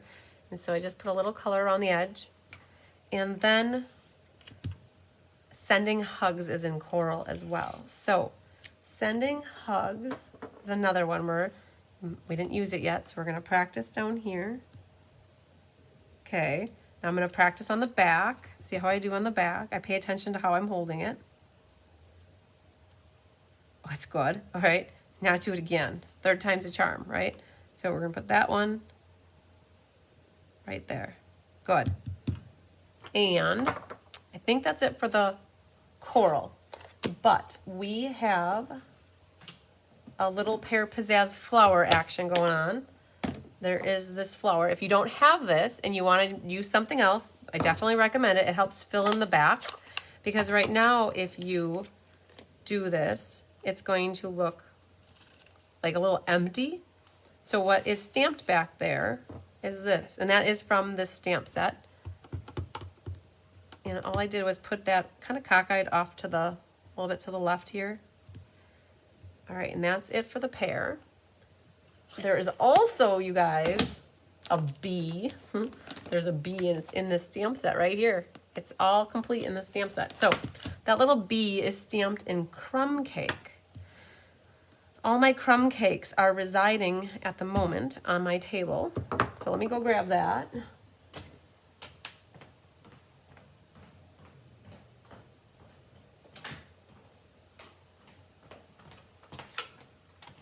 So I have this little bee buzzing around over here. And then on the inside, I put him as well. Like that. So I had to use that stamp in there. Couldn't not put a bee on the card, right? Especially when the bee is in the stamp set. All right, so let's bring it home, you guys. We're gonna flip these guys over. Put a little bit of liquid glue on them. That's the top one. So that's gonna go on here. Like that. And then this little one can go on the inside here. And the top part now. So this guy's popped up with dimensionals. And so what I'm gonna do is I'm gonna put a dimensional on each side. I'm not gonna put a dimensional in the middle because my trinket is gonna hang out right in the middle there. And that trinket is about the same height as a dimensional. So what we'll do is we're gonna prep some glue dots here. There's one here, and we're gonna put that. There's some bigger spaces behind this leaf die cut. So we're gonna put the glue dots on there. Oh, Cindy likes the organizer too. Yep, it's perfect. It holds everything, you guys. I've got my 3 scissors that I use for ribbon, paper, and glue. My liquid glue, my pen, Stella, take your pick tool, my reverse tweezers, my bone folder, my adhesive eraser, my ink eraser, 3 sheets of dimensionals, my tear and tape fits there, and I have a ruler that I stick in there too. So fits it all. All right, get that light back in order here. Kind of went crazy on me. Okay, so we're talking about this. So this is pretty much ready. So I'm gonna just set it on here. I'm not gonna squish it down good at the moment, but I'm thinking it's gonna reside something like that.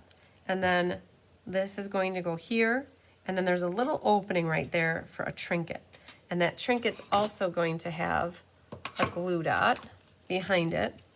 And it also has the ribbon wrapped around it. I don't know if you guys see that. There's a little bit of ribbon wrapped around it. So what I'm gonna do, hi Patricia Piscopio, hope your meeting went great. I am going to, that actually gets around the bottom leaf, and I'm just prepping it by putting it through here so that it's ready for me to tie. Now, if you wanna be nice to yourself, give yourself more ribbon than what I did. I probably didn't give myself a lot, but eventually that's gonna get tied around here. So let's grab that and just kind of bring that together. And I got the glue dot, and it's actually holding the ribbon. So now I'm gonna take another glue dot and put that at the bottom, and then that's gonna get tucked right in here like that. So I've got that set, and then pick off the backing here. It does, and I have some people that get 2 of them. They put one in their bag to go, like when they work on stuff, and then they have one at their, where their craft room is, and they have both of them stocked. All right, I'm gonna push that down. Now I've got some stability for tying my little tails here. Again, I said if I would have given myself another inch, that might have been a little nicer of myself, but we're just gonna tie this in a knot. And my fingers are turning a little bit pinky because my ink is on here. So we need to put one more little glue dot though underneath this trinket just to help hold it. It's not very stable at the moment, so we're just going to put that right there and push that down. Guys, I only tied once with that ribbon. It's so pliable that I'm thinking it's going to stay exactly like that. And then all you have to do is grab your scissors, trim that little guy off, and trim that one off. And if you don't like the angle, you can attempt to do it again. Okay, so we got our little knot on there, and we didn't Stella anything. If you guys wanted to, you could definitely Stella that greenery die cut thing here, the leaves. Carissa is exactly who I was thinking of when she has one on her desk and she has one in her craft bag for when she goes crafting on the fly, so she doesn't have to forget anything. It's all in the organizer. So I have in your little to-go kits the embellishments, and you can pick some from there. I think I have, 3 of them on this one. It's one of these little gems we're going to put on over here. And then I picked a little pink one. Put it right there. And then I got a random little green guy here. It's going to go on the pot. It's like a pot to me. So I don't know if that's what they were intending, but it looked like a pot to me. So, okay, you guys, we got the gourmet card done. We're kind of working backwards from how I would normally work. We started with the two harder cards first, and then we kind of are working our way backwards. So, all right, hopefully you guys like that one. It was fun doing this card. I had my eye on this layout for a while and finally pulled it in for an ink, paper, scissors. All right, there you guys. One last look on that one. All right, so we got 2 done. For those just joining in, we got 2 done. Doris loves this card. Yay! I can see you guys making this layout with lots of different pretty designer series paper that is like the New Horizons is really what I had in my head for this one. The New Horizons designer paper where you create that scenery would be so cool with this one. So very, very cool. All right, so then we're gonna go to, we'll go to this one. These are both equally the same to me. So, but we'll do this one. We'll say purple for last because I like purple. Purple, purple, purple. Purple? Okay, so I had a note here, cut for envelope flaps. So it's so cool when you guys have the extra paper here that if it fits it, you can put that on your envelope flaps to decorate your envelopes. So I don't think I cut anything to do my envelopes, but just know you guys can. Just because I didn't doesn't mean you don't have to. You can definitely do it. This is Mary Merlot meets soft sea foam, you guys. Oh, look at that. 2 trinkets in my package. So got your, grab a trinket. You're going to have some die cuts. You got your leaf there. You should have cut your designer series paper. You'll have these guys. Purple, Carissa's smiling. Purple! And so I'm going to tell this story next week at Fun Folds, but I'll tell it to you now too because it's a little inside joke with me and Carissa. Carissa was over helping me work on Fun Folds, and we were designing together, and we were working on the Halloween card. And you guys know I love purple. If you don't know me, I love purple. So now you know. Oh, I have an idea. So I got to tell you guys something else too. But she listed off all these colors, all these colors, all these colors, and then I'm like, purple? Like, she had not even said purple, but I heard purple. All right, go back to your kits, you guys. I did some little added bonuses for you. You could see that I'm putting my cards together, and I haven't really done much for the inside, but on a couple of these next two, you guys, I included some extra mats. So on this card right here with your purple, I added an extra soft seafoam mat to your card kit. Right? So you have a double mat. So Julie and Anne and Diane, I know that will make you very happy. You have a double mat on the inside. That's why there's an extra soft seafoam. In your PDF, I listed it as optional, but no, I did cut it for you. And then the other one with the Mary Merlot, I did that as well. So you guys, in your kits, you'll have a soft seafoam. I had to use up some soft seafoam paper, you guys. I had 2 packs of it. So, and that's your double mat on the inside of that. So just so you know, that's why you have an extra piece of soft seafoam lurking around in your card kits, that you are not caught by surprise what that is. So you're welcome, Diane. All right, so let's put these back in here. I had to show you that. I forgot that I did that until right now. And I didn't do it. Just so you know, though, I'm pretty sure then, the $1 million question is, you'll have 2 whites, I think, in your kit. 1 white is going to be smaller, and 1 white should be bigger. I know, you know what? Let's go look to see what I did. I can't, you guys, we kitted these up 2 weeks ago already for your mat in here. Oh, okay, so that's fine. That one's good. Let's go to the red one really quick. Let's see here. I'm trying to remember what size I made your white piece on the inside, if I cut it the right size or not. So, oh, I did, perfect. Okay, so not to be confused, but you have 2 different white pieces, you guys, in your kit. The larger one is for the outside. Hi, Marilyn Edens. The smaller one is for your mat on the inside, okay? So you have 2 white pieces. They're almost the same size. So don't confuse them when you're going to stamp your inside. The smaller one's for the inside. So what do I have on my inside here? I have that thing. Okay, so we're gonna take a minute and clean up our stamp because it's in a different color. It's actually gonna be in Fresh Freesia, so nope, Mary Merlot. So let's clean that. And we can do, so there's these little dotsy things in here. This right here. They look like the leaves to match this, but I didn't use them in that way. What I did is I just created a little background on your label with them. So very hard to see. They are in soft seafoam, but we are gonna do that on the label. This little label, you guys, for inquiring minds that wanna know, it comes from the He's the Man, or All That Dies. I believe they're called All That Dies. And so look at that, you guys. I don't think this pad was really used before the other day. Brand new pad. So it should be very juicy. So grab your label. Trick if you want to do it. What you could do first is you could put Stella all over this label. I forget to do that all the time, but that gets you Stella all over the back of that label. And then you don't worry about blending your words around. So check if you don't have soft seafoam, you guys could use crumb cake, or you could use Sahara sand. You could use anything lighter. And so I'm just gonna stamp a couple of these little doohickeys on the back of this label here, so that I got some green leaves going on. So I think that's it for the soft seafoam.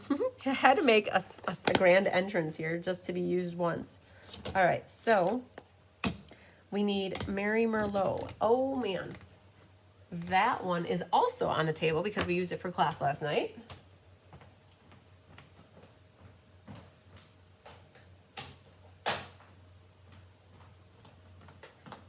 So that sentiment says, let's celebrate. And we use that for the other color. So let's clean that real quick. Squeaky, squeaky, squeaky. All right, so Mary Merlot, oh. That's gonna go on the label, kind of centered. And then as long as we got that ink open, my whites are the same, you guys. So I'm just gonna grab one. I did not give myself a double mat. It's okay, I will live. I'll be all right. So that's it for ink here. And get these out of the way. So let's get glue happy. So what do I want to do first? I'm gonna glue these 2 things, and we're gonna get that ready. So you guys, I got the glue bottle open. We're going for 3. So we're gonna do, I know you gotta cover up the foil again. Sorry. If you want the foil side up, you could always do the foil side up. And then that one is that side getting. Now, this is the inside. Oh gosh, you guys, I knew I was gonna do that. I didn't know that I was gonna do that, but it was, I think we're safe. So let's put this on the inside. It's like for a moment there, I couldn't remember what I put glue on. All right, so that goes here. This one, gets you over there, goes on here. And I didn't get any glue. That was lower than what, because there was height in that. Yeah, so that was safe. That was good. All right, and then this one goes right. Oh, look for your ladybug. Oh my gosh, there's a ladybug. I found it. Sandy, I found it. So I'm sad though. My little ladybug is going to get covered up. Sad face. Okay, bye, little guy. Sorry, didn't mean to do that to you, but you're covered up.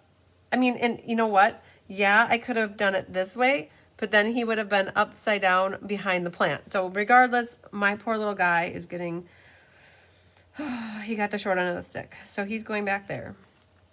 All right, so let's flip this over.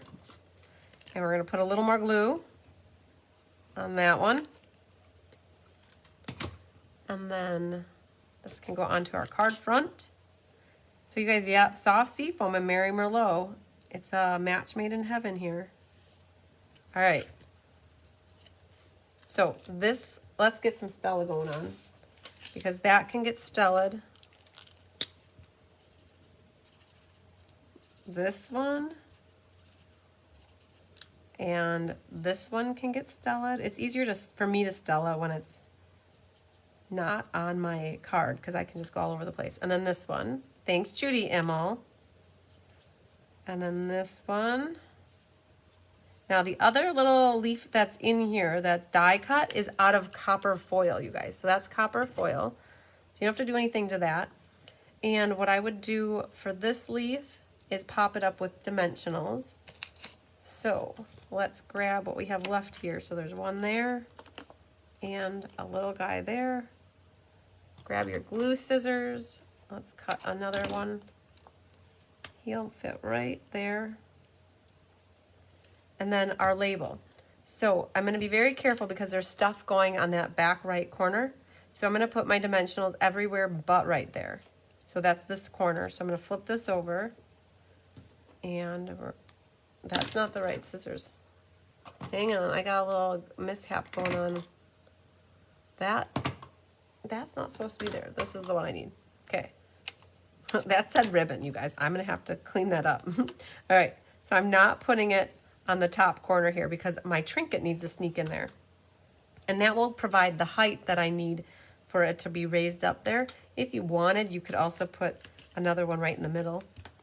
But we've got that prepped, but we need to get some pieces down. So we're going to do this one first. And because I already have this first one made, I can kind of eyeball where things need to go. So I'm going to put a little bit of liquid glue near the bottom part here. And then this is going to go nestled up in this corner, kind of at an angle, like that. I want to twist it just a little, just like that.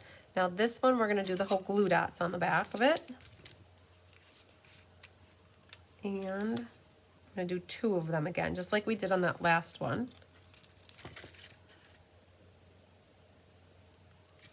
And that's going to get kind of laid right over the top of this one. All right, I didn't push it down hard yet because I might rearrange it. You can always test things out by putting this over here.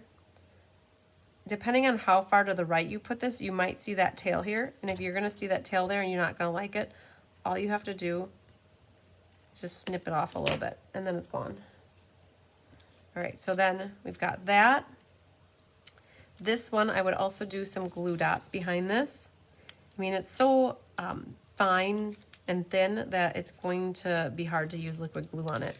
So I'm just going to kind of leave this here as a guide and then kind of tuck this in right there. And then the copper foil is the one on the left-hand side.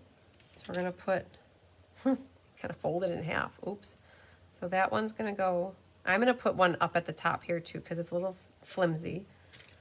Penny Powell's like, throw away those mini glue dot backs here. So let's get rid of this. Make us both happy. All right, get that out of here and Put that here. This is gonna kind of go right about there. And see what we got. Like, this is the card that makes you feel like you're a floral arranger here, a florist. All right, and then your trinket is gonna go over here. Let's see. All right, so I'm thinking that's a little high over on that side. So, because I didn't push it down very far, I can bring it down just a little bit. And so you can test things out, you guys. See where you want it. I'm good with something like that then. So, you guys, I put my ribbon on my glue dots here so that it helps to hold the roll. And sometimes it starts to come loose, and so I gotta retie that. So what it does is it holds that flap so that it doesn't roll back on you. So we're gonna do our little trinkety and put 2 glue dots on that for good measure. And peel off our backs, and now this is all gonna come together in one fall swoop here. Set that where I think I want it, and then I'm going to tuck this guy in at the same time. All right, something like that, and now we still have to make a little bow to put over here. So that's where the bow maker is going to come in handy, you guys. It's a double bowsy. So I did a Tip Tuesday on the bow maker. It's on YouTube. If you search Cards by Christine Bowmaker, you'll find it. Talks a lot about different ways to do bows and do the ribbons using the Bowmaker. But I loop it around twice. My nails are getting worn, so I like that because it gives me a little bow at the top and a bigger one at the bottom.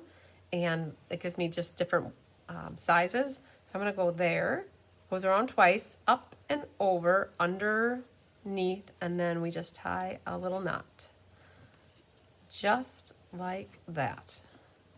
Now grab your ribbon scissors, cut that off, and then you can take that out. You got yourself the most adorable, cute double bow that you could ever have. And you're going to use a glue dot to put that on. I never use liquid glue to put on anything ribbon related to cards. I always use glue dots. I put it on the back. Now this is where you got to figure out, well, where does it make sense to put it? So I'm going to angle it like that, kind of over where those are. Linda loves her bow maker. Yes, they come in handy. Now my tails sometimes go where I don't want them to, so I show them who's boss. I'll kind of like flip it around, and then I'll put the glue dot on my card, and then kind of stick the ribbon into it, and fluffer up those bows, the bows, yep, the bow part, and then trim the bunny ears, and then trim your tail, and then you've got that part done.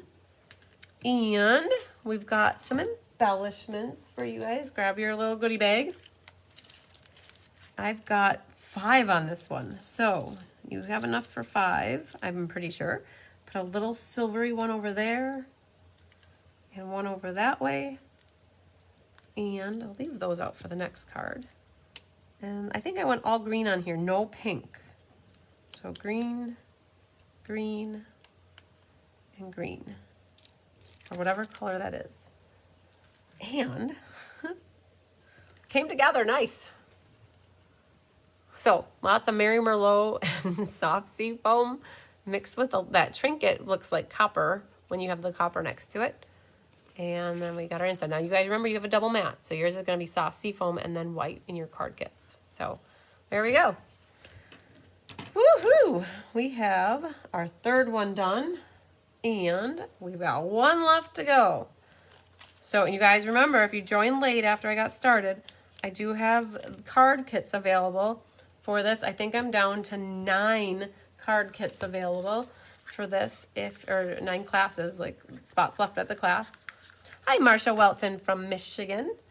So if you are interested in this one, please reach out. I'll make it happen. Cindy wants to make, I'm going to make a bow maker that looks so, yeah, go for it. You can do it. All right, so this card is over here. This one's over here.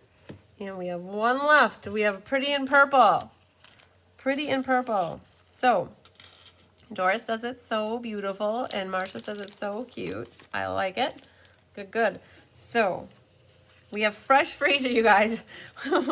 We have two colors that you don't see me use very often. Fresh freesia and soft sea foam. And then here we have them in the same card. All right, let's see what's in our kit. So you guys should have a pearlescent one of these. That is die cut from the dies. You'll have a mat. I don't believe that I cut or had Anna cut them out of your mat. I don't think I did. So yours might not look like that. And you know, I could go look at Diane's, but I'm pretty sure I didn't. But if I did, that's okay. It's saving paper. You guys will have in your kit. Oh, I see what I did too. So you guys in your kit. Well, hi, Louise Power. Dainty and elegant cards. They sure do. In your kit. Oh, Diane Christofferson. Awesome. So, Diane, you got to send me an email. I don't think you've gotten a card class from me before. So, I want to make sure we get you have all your address and information to get you the kit. Send me an email, Diane, or text me your information. You can always pay through my website for the class, or if you want to pay electronically, we can figure that out a different way. And also check works too. I have people that send me checks. Lots of people send me checks. Yes, that still works. Checks are still good. So in your kit, you guys, just to show you guys what you got these 2 layers, and then the little piece of white here is for you to stamp this thing right here. Apparently I was being strategic and I stamped and then cut mine out of the middle of that. But you guys will have your own piece so that you can do that. And then also it looks like I left, oh, there it is, perfect. So that's good. And it looks like I did not cut your mats with the greeny parts that needed to be cut. So you guys have whole units underneath there. So by the magic of TV, mine's done for me. But if you wanted to, that is that stamp, and then you're going to use fresh freesia ink, and then you would die cut it. So you got a piece of white for that.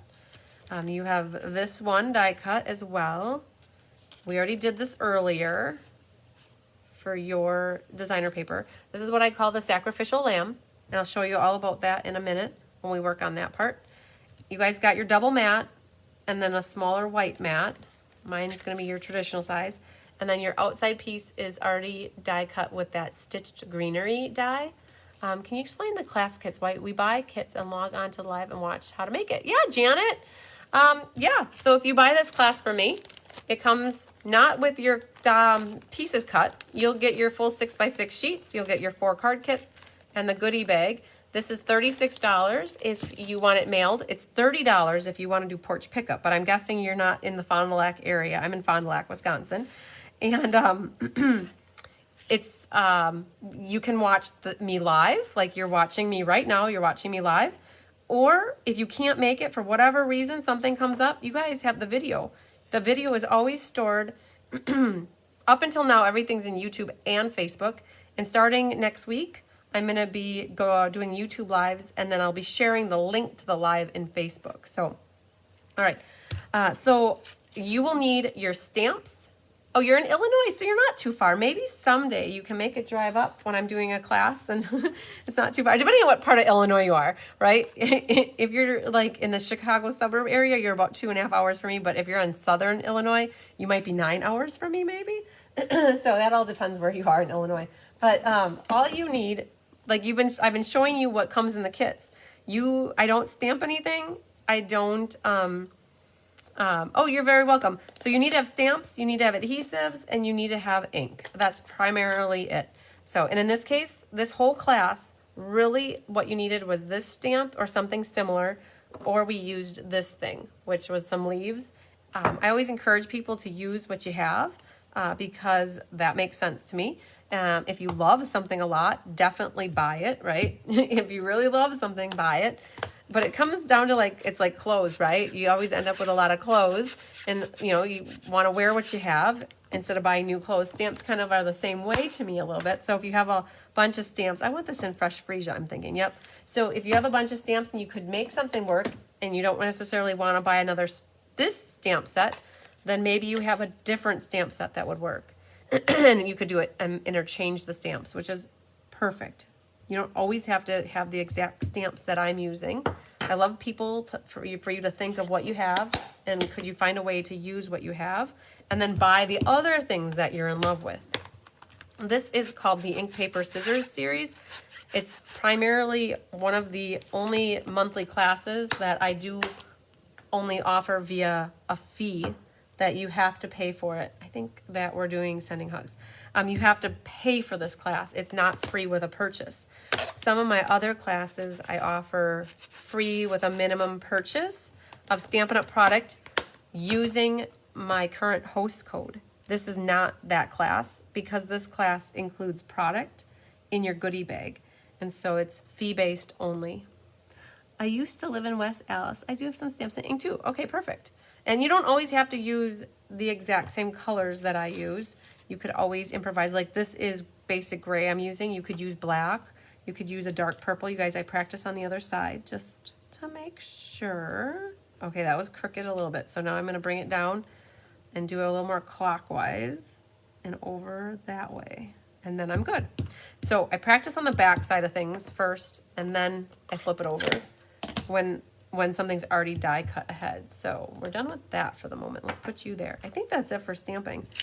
This one, we get glue happy now. So let's see what we can glue. We can glue our inside in.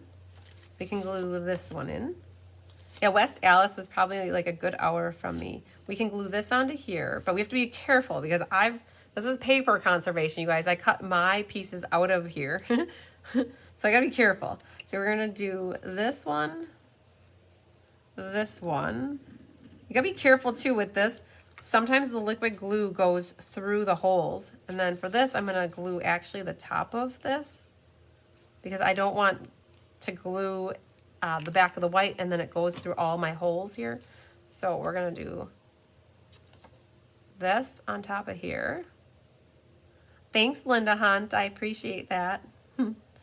So yeah, you guys, if you're wondering too, if you place an order to get a class for free and you don't like anything that I have coming up, I do have past classes that I list on the back of my PDF schedule. My PDF schedule is found on my website, cardsbychrisb.com. It's the first link when you go to newsletter and blog, and then it's under newsletter and files. And on the back end of my PDF schedule, it lists past classes. So if you want to look to see what I have available, they're out there that you can search, and you can always get a past class available with my minimum order for mailing is $45. And then as long as you use the host code, it's free. Yeah, Gloria, I would love for you to take a class with me in the Hive. So you guys, I realized here that I cut this one not at 3x3. You guys cut yours at 3x3. I cut mine at 2 3/4 for some reason, but it's okay because you have a Sacrificial Lamb here that covers up the seam, where had you just used ribbon, this ribbon is sheer ribbon and you see right through it. Okay, so I'm safe because that's what that Sacrificial Lamb is. I always use them.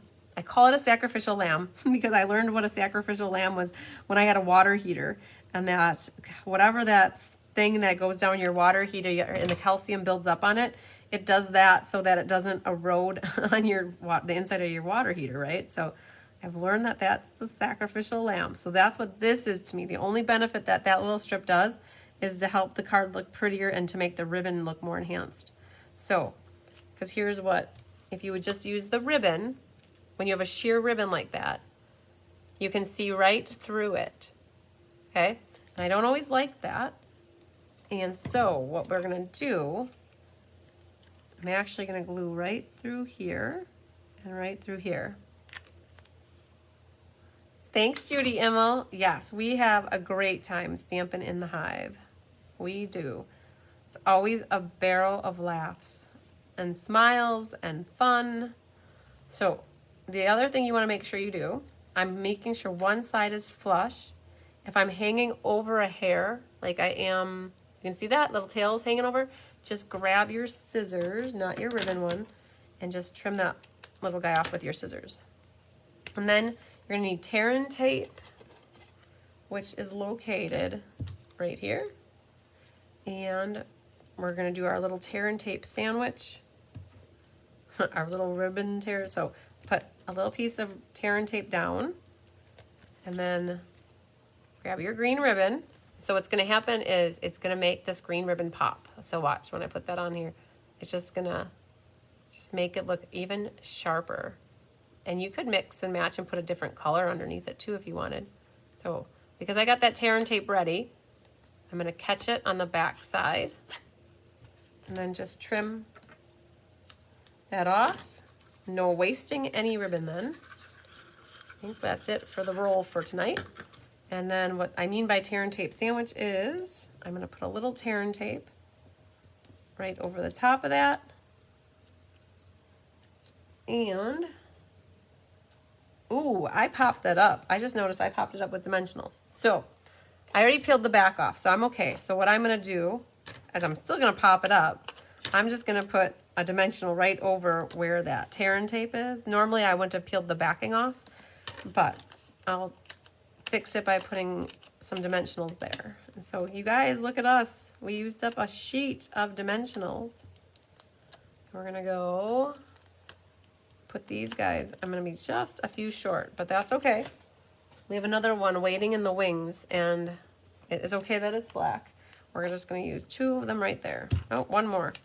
I like using the black dimensionals when I have like a dark card base and dark mats, because it really hides the color of the dimensionals. So nobody's gonna see that though, I think. Nobody will, except for the person getting the card, right? So we're gonna pick these off, and this gets put right down in the middle of this. I know it covers up all that prettiness, but you guys, you still see it around the edge, and that's the main concept, that you get that border around there. So let's see if I got some more dimensionals handy here. I'm gonna go get some different dimensionals, some white ones. 1 second, please.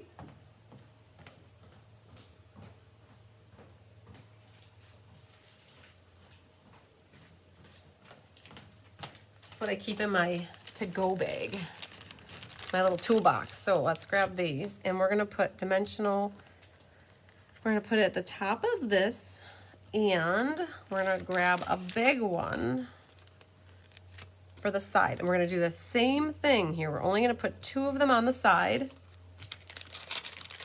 and I think we're safe because we're putting them at the side. No, we're gonna prep this at the same time. This is gonna be like a 2-step here. Gotta get the grandkids into bed. Their mom became a police officer and started a new job, and so I have the kiddos a couple nights. We're like, oh, that's so sweet of you, Judy, that you can help your, you can help her out. That's so great. And then the grandkids get grandma time. Woohoo! All right, so I'm gonna do these two-handed, you guys. I'm gonna try to figure out that this is gonna go here, and that's gonna go right about there. So we're gonna set that down, and then we're gonna put that down. And I'm gonna center my little green bowl between the edges of the green, kind of like in between the purple here. So I got equal purples.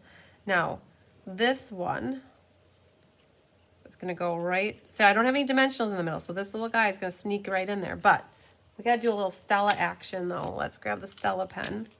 Oh, shoot.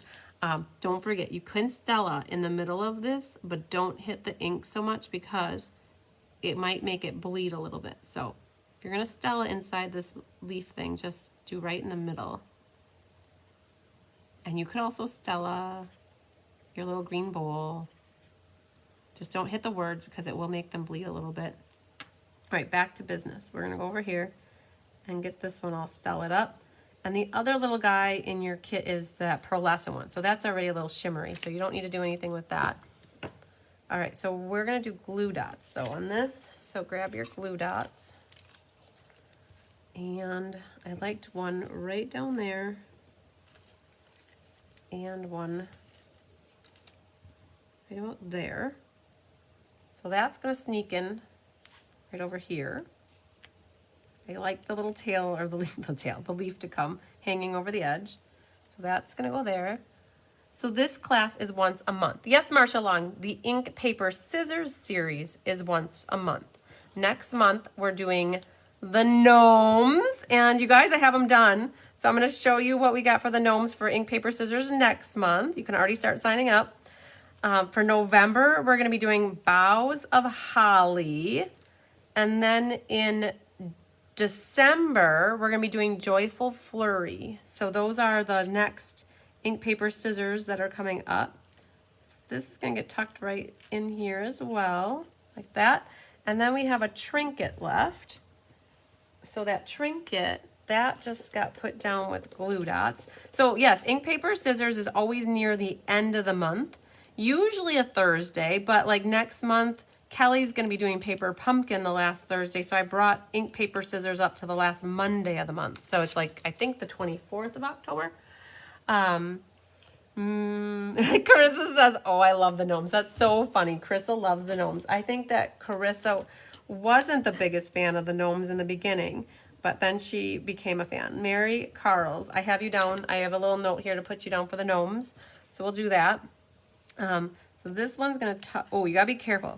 To slide these glue dots in, you got to be strategic. You got to lift this up a little bit and then sneak that in like that.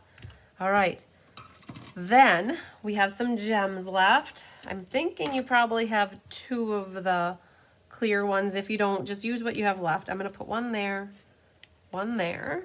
I can use up my scraps then. And this has a combination of the green and pink. So whatever you have left in from your goodie bag.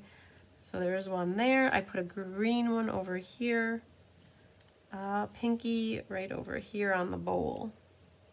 Oh, you got to be careful too, because if you pick these up, you're very welcome, Mary. If you pick these up, you got to get the adhesive from underneath. So sometimes using, whoa, we almost had a domino there. Sometimes getting your tool underneath there and picking that up can help with the situation of picking up embellishments. So, all right. I like it. It's so soft and soothing. So it's a great sending hugs, right? If you need a pick-me-up card, plants are perfect for using for get well cards or just a encouragement, and anybody who needs a little uplifting.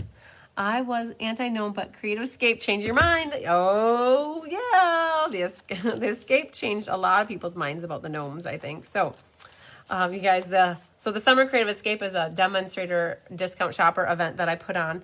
I do it in July and I do it in January. So the winter one's coming up in January. So, oh, it's going to be fun. Okay, that shouldn't go there. So we have, I'm going to show you guys all 4 of the cards and we're going to see what you guys liked the best with these. So we've got, look at that. There was 3 horizontal cards and there was 1 vertical.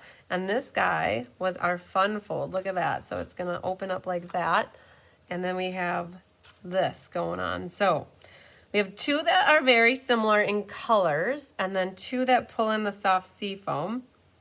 Thanks, Doris Munson. All 4 are amazing. All are amazing and beautiful. Yay. Cindy says they're all pretty. Judy Immel says very beautiful. Linda Hall says all pretty cards. Mary Hartman says they're pretty too. Yay. So if I had to pick one personally for myself, I would pick this one because of the different uniqueness of the layout of it. And it's so, honestly, it would be so easy to recreate this. The only downfall on this one that I see, you guys, is, and it's not a downfall per se, it's just this whole piece is 11 by 5.5.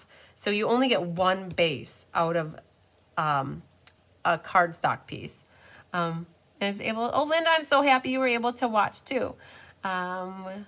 Cindy says, gorgeous, Maya, I love the card. 1 and 2 are the favorites, yes. So you guys, these would be the 2 that I would have normally saved to do last, but because I had the paper trimmer out, we started with this one, and then we rolled backwards. So, all right, so that's what we got, you guys, for ink, paper, scissors tonight. We are going to do a drawing, and I'm going to share some Kaj Wreath cards, but do you want to see what I have in store for you for next month's ink, paper, scissors? So I'll show you what Chris and I worked on. In 1 second, let me go grab them.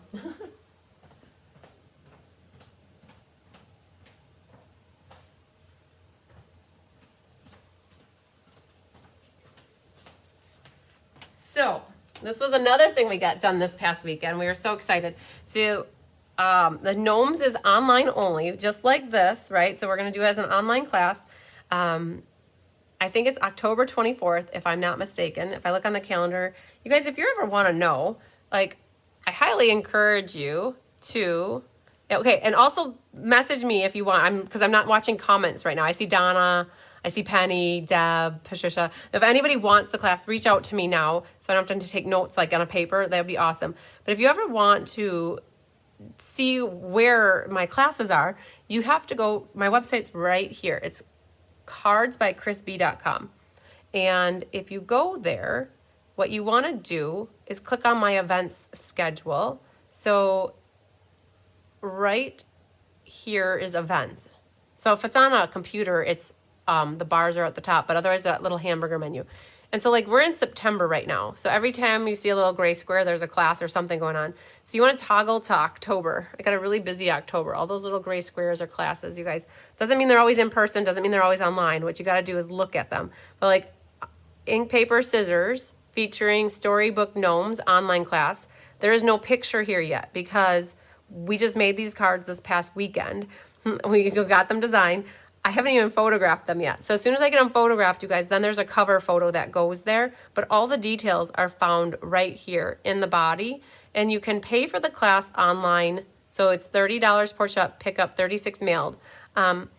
But if you pay via my website, there is a convenience fee that's charged for using your credit card and using my website. That if you pay cash or check or electronically, you don't get charged that. So if you want to save, if you personally don't want to pay that, reach out to me and we can figure out a way that you can send me a check, or you can pay me with PayPal Friends and Family or Venmo or Cash App or Zelle. I do it for you to save the convenience fee. You're more than welcome to pay either way. It doesn't matter to me.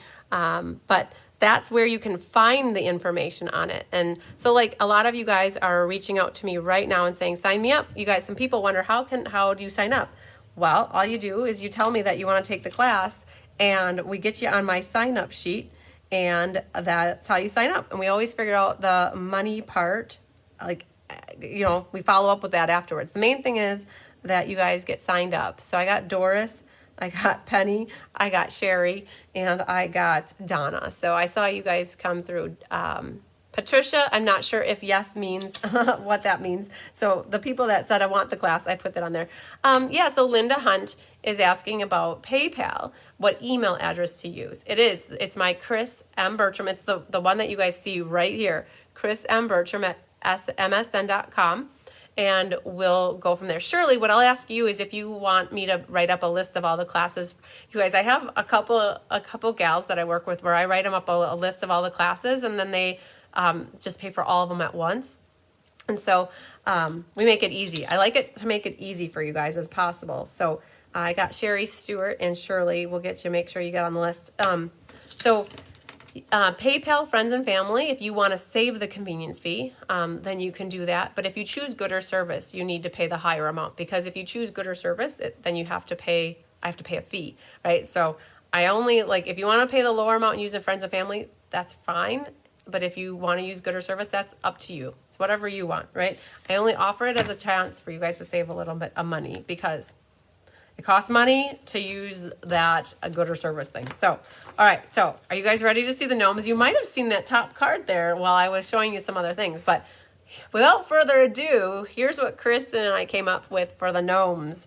So I don't have the stamp set. Right, I should have grabbed it, but I didn't grab the gnome stamp set. But I'll be honest with you guys, these cards were designed with the thought in mind that not everybody's going to have the gnome stamp set. All right. So we featured, I have Venmo, Becky. Yep. Venmo is Cards by Christine, all together. And then the last four of my phone number are 4390, because it might ask you that the first time you send me money. If you use Venmo and you choose to do payment protection, you would need to pay the higher fee. If you choose not to pay me via the payment protection, you can do the lower amount. Again, that's up to you. If you want payment protection, pay the higher fee and pay the fee. or I should say pay the higher amount and pay the fee. Hi, Deborah Butt. And if you want to save the fee, then don't choose payment protection. Again, it's up to you, whatever you feel comfortable with. I don't care either way. But just know that if you pay the lower amount and choose the fee option, I'm going to call you for $1.50 or $2 because that's not how it's supposed to be, right? And I have to apologize because I feel bad doing that, but some people have done that and we make it right and it all works out. So it all comes out in the end. So gnomes. So you guys, this is your Christmas gnome right here. So this is designer series paper, you guys. So you don't need to have anything but a stamp set right here, okay? I'm so excited. The ribbon looks different in every one of these cards, but the ribbon is always using the same ribbon. Zelle, Sherry Stewart. Zelle is my favorite thing for people to use because Zelle does not charge a fee ever, and Zelle goes directly into my checking account.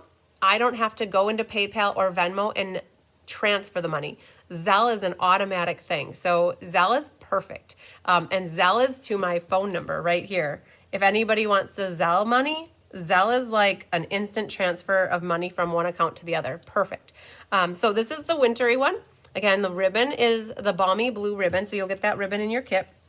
And this one is, so they're all different themes going on here. This one is like the more springy theme. Again, you guys, oh, Sherry, that's perfect. Yep, if you want to switch, that would be perfect. This, again, is designer series paper, you guys. The little girl here and the mouse. The house. I was thinking the mushroom house, and then I said the mouse.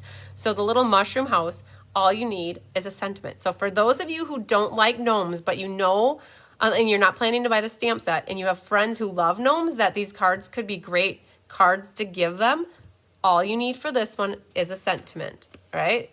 I did stamp gnomes on the inside, right? Because we had to use the stamp somewhere, but just know that you don't need them for the outside.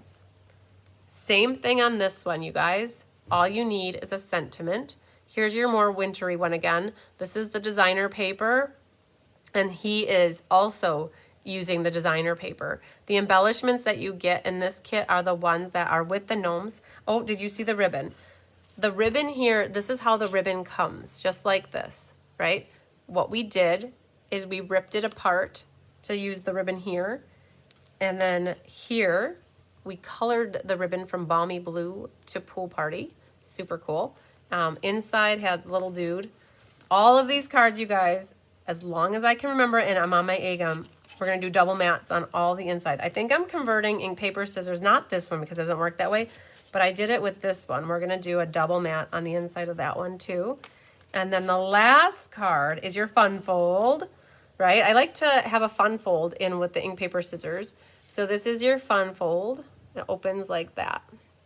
It uses like a 12-inch wide piece of paper. Use your designer paper. And this is the die cuts from the set. And I use snowy white paper for his beard. I don't know if you can hear that, but it sounds fuzzy. So you need a sentiment again. And then this ribbon is the ribbon where we pulled off the skinny ribbon. We pulled off the skinny ribbon, and then we used the white here, and we used the little thin one here, but we colored this one with a sponge dauber and navy ink. So you guys, all you need are sentiments to make these cards very identical to mine and like Chris's. We could do these together. And if you want to incorporate your gnomes, all you have to do is stamp the little guys on the inside, and then you pull them in. Fun stuff, you guys. So that's what is ink, paper, scissors for next month. So again, you don't have to have the stamp set per se to make these, and then you could get some gnome cards to the people in your life that love gnomes. So Deb says they're adorable. Yay. All right. So that's October 24th online. And again, for those that can't make the actual live when I do it, it'll be a YouTube live next month.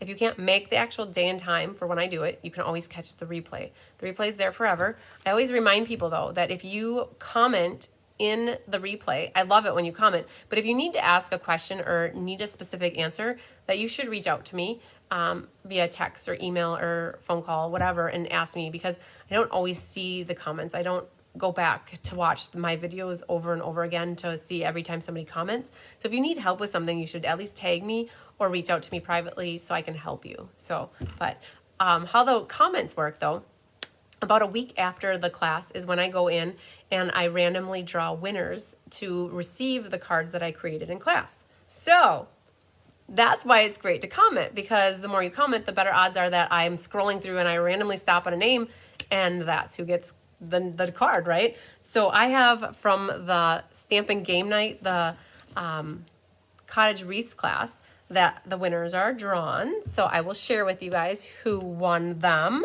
Thanks for sharing, Linda Kester. So, if you guys missed watching this video, it was from September 19th, last week, Monday, and it is in the Stampin' Game Night group, and it's also in the Cards by Christine Facebook page. It's also in YouTube, the Cards by Christine channel. So, all right. The Halloween card, winner, winner, chicken dinner goes to Beverly Smith. You get the Halloweeny card. Ooh, so special. Hi, Rhonda Morgan from Phoenix, Arizona. All right, the Christmas card, winner, winner, chicken dinner goes to Miss Lisa Spacek. You are the lucky winner of this card. So again, if you guys miss watching this video, it is the replay lives on forever as long as those platforms exist. The fall one goes to, oh, you're very welcome, Becky. This one goes to Miss Carla Lake. Yay, Carla, you win this card. And the last card with it's like a spring card. Oh, the mint is so soothing. This was, when I did this one in person, you guys, this was a lot of people's favorites. So this one opens like this, and then I got the double matte going on, a little designer paper. This winner is Miss Susie Stocks. Yay, Susie. All right, you guys, I'm excited because I believe I have everybody's addresses for these cards. I'm still waiting on some people for that one cards in the past to get addresses, but I don't need to get addresses for that. So that's super cool. All right. So I think we got to take care of a little business though.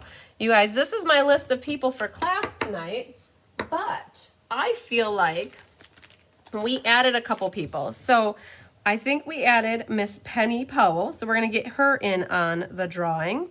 We added Sherry Martin. So we're going to add Sherry. We added Marcia Coolibert. Marcia, okay. Now I'm going to add Diane. Diane, I didn't remember seeing a confirmation that she actually for surely wanted, but we'll include her and we'll see what her odds are of winning. She's got a 1 in 40 chance, right? So what that looks like, you guys, my mom and I kitted up 48 sets of cards for this class. And so I do have 8 spots left. So if you're watching the replay on this class, you guys, I am pretty sure that if you reach out to me in the next, let's say week, maybe, I can't see all 8 of them going very, very soon, but just know that if you are watching this replay and it's a few days later, you should reach out if you're interested in a set of kits, because I can always get the product to add to them. I've got the card kits already made. They're ready to go. It's just a matter of getting the product, and then I can get them in the mail to you. And you can always use the replay to make your cards, or anybody who takes a class with me gets the PDF tutorial. When I do it as an online class, I always create a PDF tutorial, and that gets emailed out to you. So you'd still get the PDF, and you'd have a video. You could watch this class later in life. So, or I should say, put your cards together later in life. All right. All right. All right. All right. I definitely want the kit. You, perfect, Diane. Awesome. So I have you on as number 40. We'll see how lucky you are tonight. All right. So you guys, so what I do for every class, I have door prize that I give away to people who registered, and it helps me kind of go through my extra inventory of product. Instead of doing selling my products that use stamp sales, I don't do buy one get one sales. I keep my extra reserves of my products that I would have used in a class that I got extra of. I give them away as door prizes. And so what happens is it gets mailed out to you. If you win, to save on shipping, I mail it out in your next package. So you got to get another class from me afterwards at some point. So Becky, the kits for this class were $36 to have it mailed to you. And it included the designer paper It included the ribbon, it included the embellishments, and the 4 card kits. Basically, this was Diane's kit that she brought back to me. And so that's your goodie bag. And then your card kit. So we're going to go to random number generator, you guys. First thing on the list. So we had 40 people. And so we're going to do 40 in here. And we're going to do a live drawing, you guys. And I'm going to click the word generate. Janet, how do you get a kit? You got to tell me that you want it. And then you got to send me money. And then I ship it out. So that's how it works. I'm going to hit generate. Number 13, Karen Wetstein. You guys, when I printed this, you're going to laugh at me. When I printed it, all of the last names got kind of cut off because I didn't have the whole cell there. But that's Karen Wetstein. I know that is Karen. So yay, Karen, you won a door prize. Good job. So yeah, congratulations, yay. So Janet, if you want to get a kit from me for this class, just know I have some left. The same with Becky. Email me. Text me, call me tomorrow probably, like not tonight anymore because I think Tyler will be here any minute. Anybody wants to know, Tyler's my boyfriend. When he gets here, he kind of like comes in and he shuts the lights off and he kind of like drags me out. Not really, I'm kidding. He doesn't really drag me out. Only two times that he's done that. Like he's picked me up and he's like, you need to leave here. But that's a side story. I spend a lot of time in here, you guys. And so when he gets home from work, he wants me to come home and spend time with him. Completely understand, right? So so I was going to say, call me tomorrow or we can chat tomorrow. You guys, I don't mind talking on the phone to anybody. So sometimes it's easier to chat versus texting or emailing 10 times back and forth. And so you'll find that with me that if you email me a lot, I'm just going to pick up the phone and call you and say, hey, let's chat about this. So yes, so Janet, yep, send me an email and I'm putting your name down on my list here. So to make sure I set aside a set of card kits and then the goodie bag for you when I get it. And when it comes to the money part, like we'll figure it out, whatever is easiest. And you guys, honestly, sending a check is easiest for the majority of the people. So I showed you guys, I had a pile here. Where is it? Give me, oh, here it is. Honestly, this is what works. Like this works for a lot of people. So you guys send me, there's checks, right? So that works. And the awesome part about it is you guys usually send me cards. Not everybody, but a lot of people send me cards and then I can share your cards, your happy mail, when I have a class after I get your card. So that's a win-win that more people get to see your beautiful card. So, all right. What did I forget? Because I always forget something. Tomorrow's the last day of the month, you guys. It's the 30th. I will make an exception tomorrow. Okay? So if you're listening, listen up. Tomorrow is the last day of the month. And my deal with orders and classes are, if you place the order in the month that like it's September, it counts for September or October classes. I don't work and bank months in advance, right? I will work backwards if I have past classes, but I don't bank months out. So here's my exception to the rule, you guys. Tomorrow is an exception. Tomorrow is September 30th. It's the last day of the month, the quarter, and the year. If you place an order tomorrow using the minimum amount and my host code, so placing an order of $45 or more and using my host code, I will honor it for November classes already, okay? So normally I would say if you order on September 30th, it's good for September classes or October classes or past classes.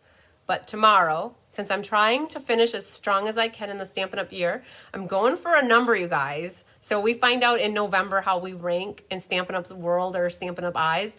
And I have an idea of where I want to be. So any and every last sale will help me.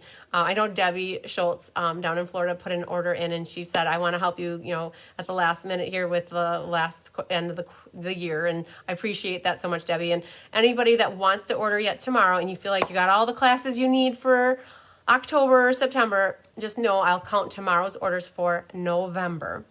And all you have to do is follow up with an email with saying, I'd like this class. Now, again, remember, ink, paper, scissors, you can't get it free with a purchase. It's only like the monthly class. Let's just stamp the sweet class. Fun Folds is next week, right? So that could count. And I don't know if I have any ad hoc other classes, but there's a lot of classes on the docket, you guys, that are coming up in the next 2 months. And so I can show the host code again. So here it is, right? So I'm going to also show you another way to find it, Janet. So here you guys go. I'm going to do a little lesson for anybody that doesn't know this, and then we're going to probably say goodnight. But look at this. So Janet's asking, can I show the host code again?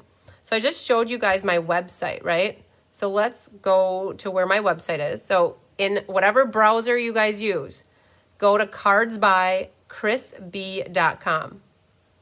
If you go to my website, it is my home base. It is my landing page where you can find everything that you need to find regarding classes. It takes you right to the online store. It takes you into the catalogs and joining my team, all that good information. But if you go to the events page, this is where my calendar is. But if you're on your phone, it's right below it. If you're on a computer, it's to the right of it. Right underneath that picture, I have my current host code.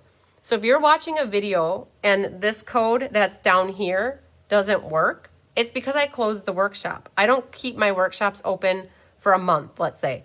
As soon as they're at a certain amount, I close them and I start a new one. And I update it right here. So you'll always find my current host code here, right there. It's always 8 characters. But you could also copy and paste the link right here into your browser.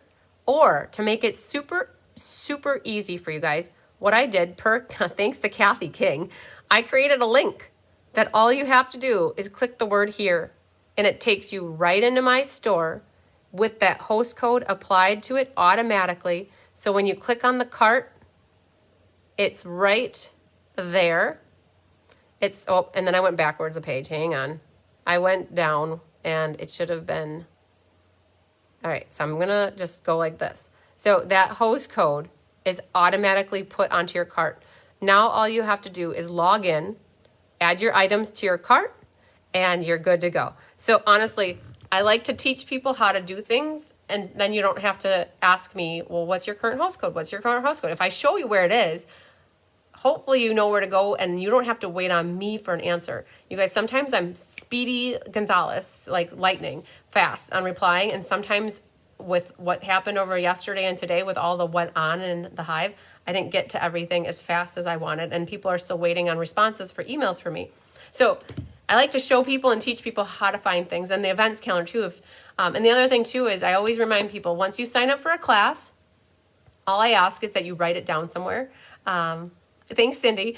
I bet that's so easy that it makes it easy for people, right? And then the other thing I ask people is after you've signed up for a class and that you've paid for it, you write it down on your calendar.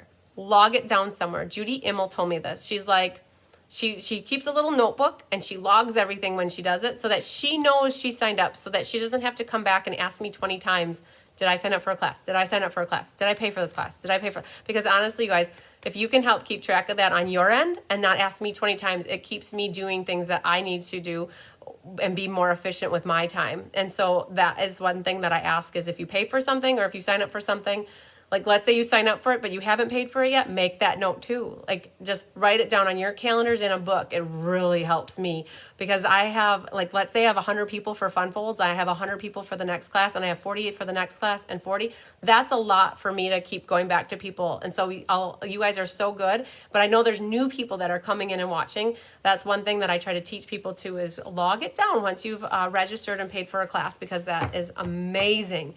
I try to make it as easy as possible to sign up for a class, but then because it's so easy, you might not jot it down or remember it. And then writing it down is the trick to remembering. So yeah, people ask me, how do I remember everything that I do? And it's like Post-it notes. I write Post-it notes everywhere. So, and then it makes it onto a book or it makes it somewhere after it's on the Post-it note. But yay. All right. I think we did good. I'm trying to think. Tomorrow's the end of the day, you guys, or tomorrow's the end of the year, you guys. We're going to do it. Got lots of goals and exciting things. The weekend, we have the card making benefit, you guys. Don't forget, if you want raffle tickets, to send the money for the raffle tickets. I'm going to share the video again one more time so that it's up at the beginning of the news feed.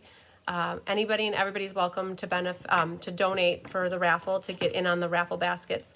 And then I'll put your tickets in for you. Great cause, you guys. We had actually 68 people. Like, I have 2 more spots, and when those 2 spots get filled, which I know they will, 68 people donated to get the cards, you guys, and that's amazing. That's almost double.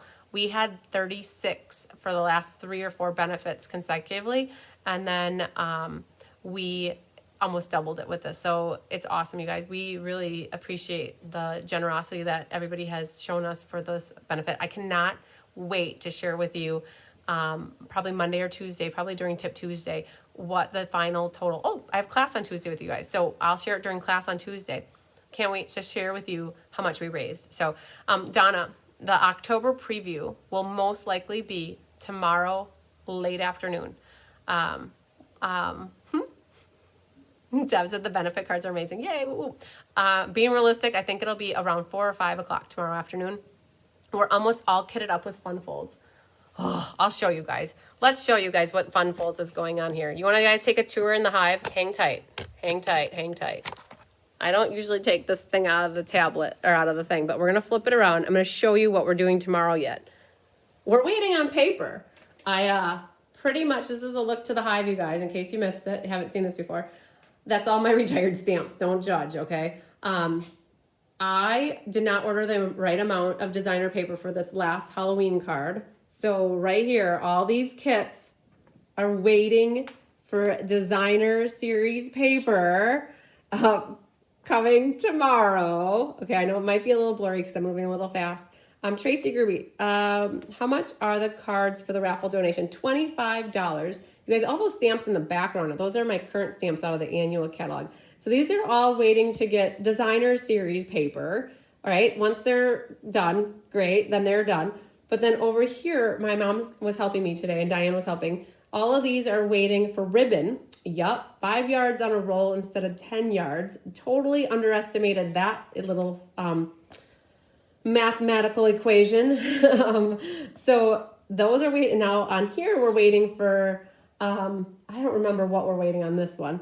But then we get to here, and all of these are good to go, right? So these have my little slips of paper, ready to go. Look at that, you guys. This is 100 card kits, almost ready to go in the mail. So Mom and I are going to be working tomorrow morning. All the ones with slips. Oh, Tracy wants one of the card benefits. Awesome. So this is 100, you guys, from the start to the end. That's 100 card kits. All of these are going to go in the mail tomorrow. As soon as my UPS box arrives, we're going to have, I think, that chunk ready to go. And that accounts for everybody who's signed up. So if you sign up after tomorrow, I got one more pack coming in, I think on Monday, and that will finish up the rest. So paper, you guys, doing 100 in a card class is quite an endeavor. Let me flip you around, make sure. So doing 100 card kits is my biggest class to date. I did 100 just to say that we did 100, but I don't know if I want to do 100 again. It's a lot of paper. You need lots more packs of designer series paper. Let's get me in here. You need, when it comes to doing mats, you need a lot more paper in general. So, yeah. So we did 100 because I knew it was fun folds, and I know that I have 9 left, and then those will be gone. And like, it's not even the class is a week out, you guys. So those will be gone fast. Wow, is there a big draft or a cat would really miss things? Penny, let's not think that or say that. We don't need, you know what? Not even a cat or a big draft. Literally just walking by, that movement of just a little air sometimes will move, like if we have linen thread, it just moves it to the next one. And it's like, we can't move fast, and we just got to keep everything in order. So yeah, no animals in here tonight that I know of. So Tracy Gruby, I did see your note about the card benefit, that you wanted one of the set of cards for $25. So we will have one side for you. And I'm not sure if you're in the area tomorrow and you want to drop off the check. That would be awesome. If not, we'll figure something else out. But I will set aside a set for you. So yeah. So you guys got to see a little sneaky peeky there. So the whole reason I showed you that is because Donna was asking about the showcase video. So tomorrow morning, Mom and I are going to be mailing, getting those ready for the mail. And then I have a little treat. My mom and I are driving up to Stevens Point to go have lunch with my brother. We don't do that very often. So we're getting the mailings done, going for lunch, coming back. Hopefully UPS is here for the rest of the kits. And then as soon as that's done, that's when I plan to do the showcase video. So, all right. I think that's it. If I forgot anything, we'll see you tomorrow for the showcase video. The showcase video tomorrow, you guys, will be in Facebook. Oh, thanks, Tracy Groovy, for dropping off the check tomorrow. I appreciate it. Mailbox is on the table in the mudroom because the whole mudroom is full of prizes. So mailbox is on the table instead of the counter. All right. So I think that's it. If I forgot anything, we'll talk about it tomorrow, you guys. Lots of sunshine, love, and hugs to you. Thanks, Deb. We will do that. Oh, Billy liked the tour. Yay. We'll see you. Thanks, Doris. We'll see you guys tomorrow. Love ya. Have a good night. Bye.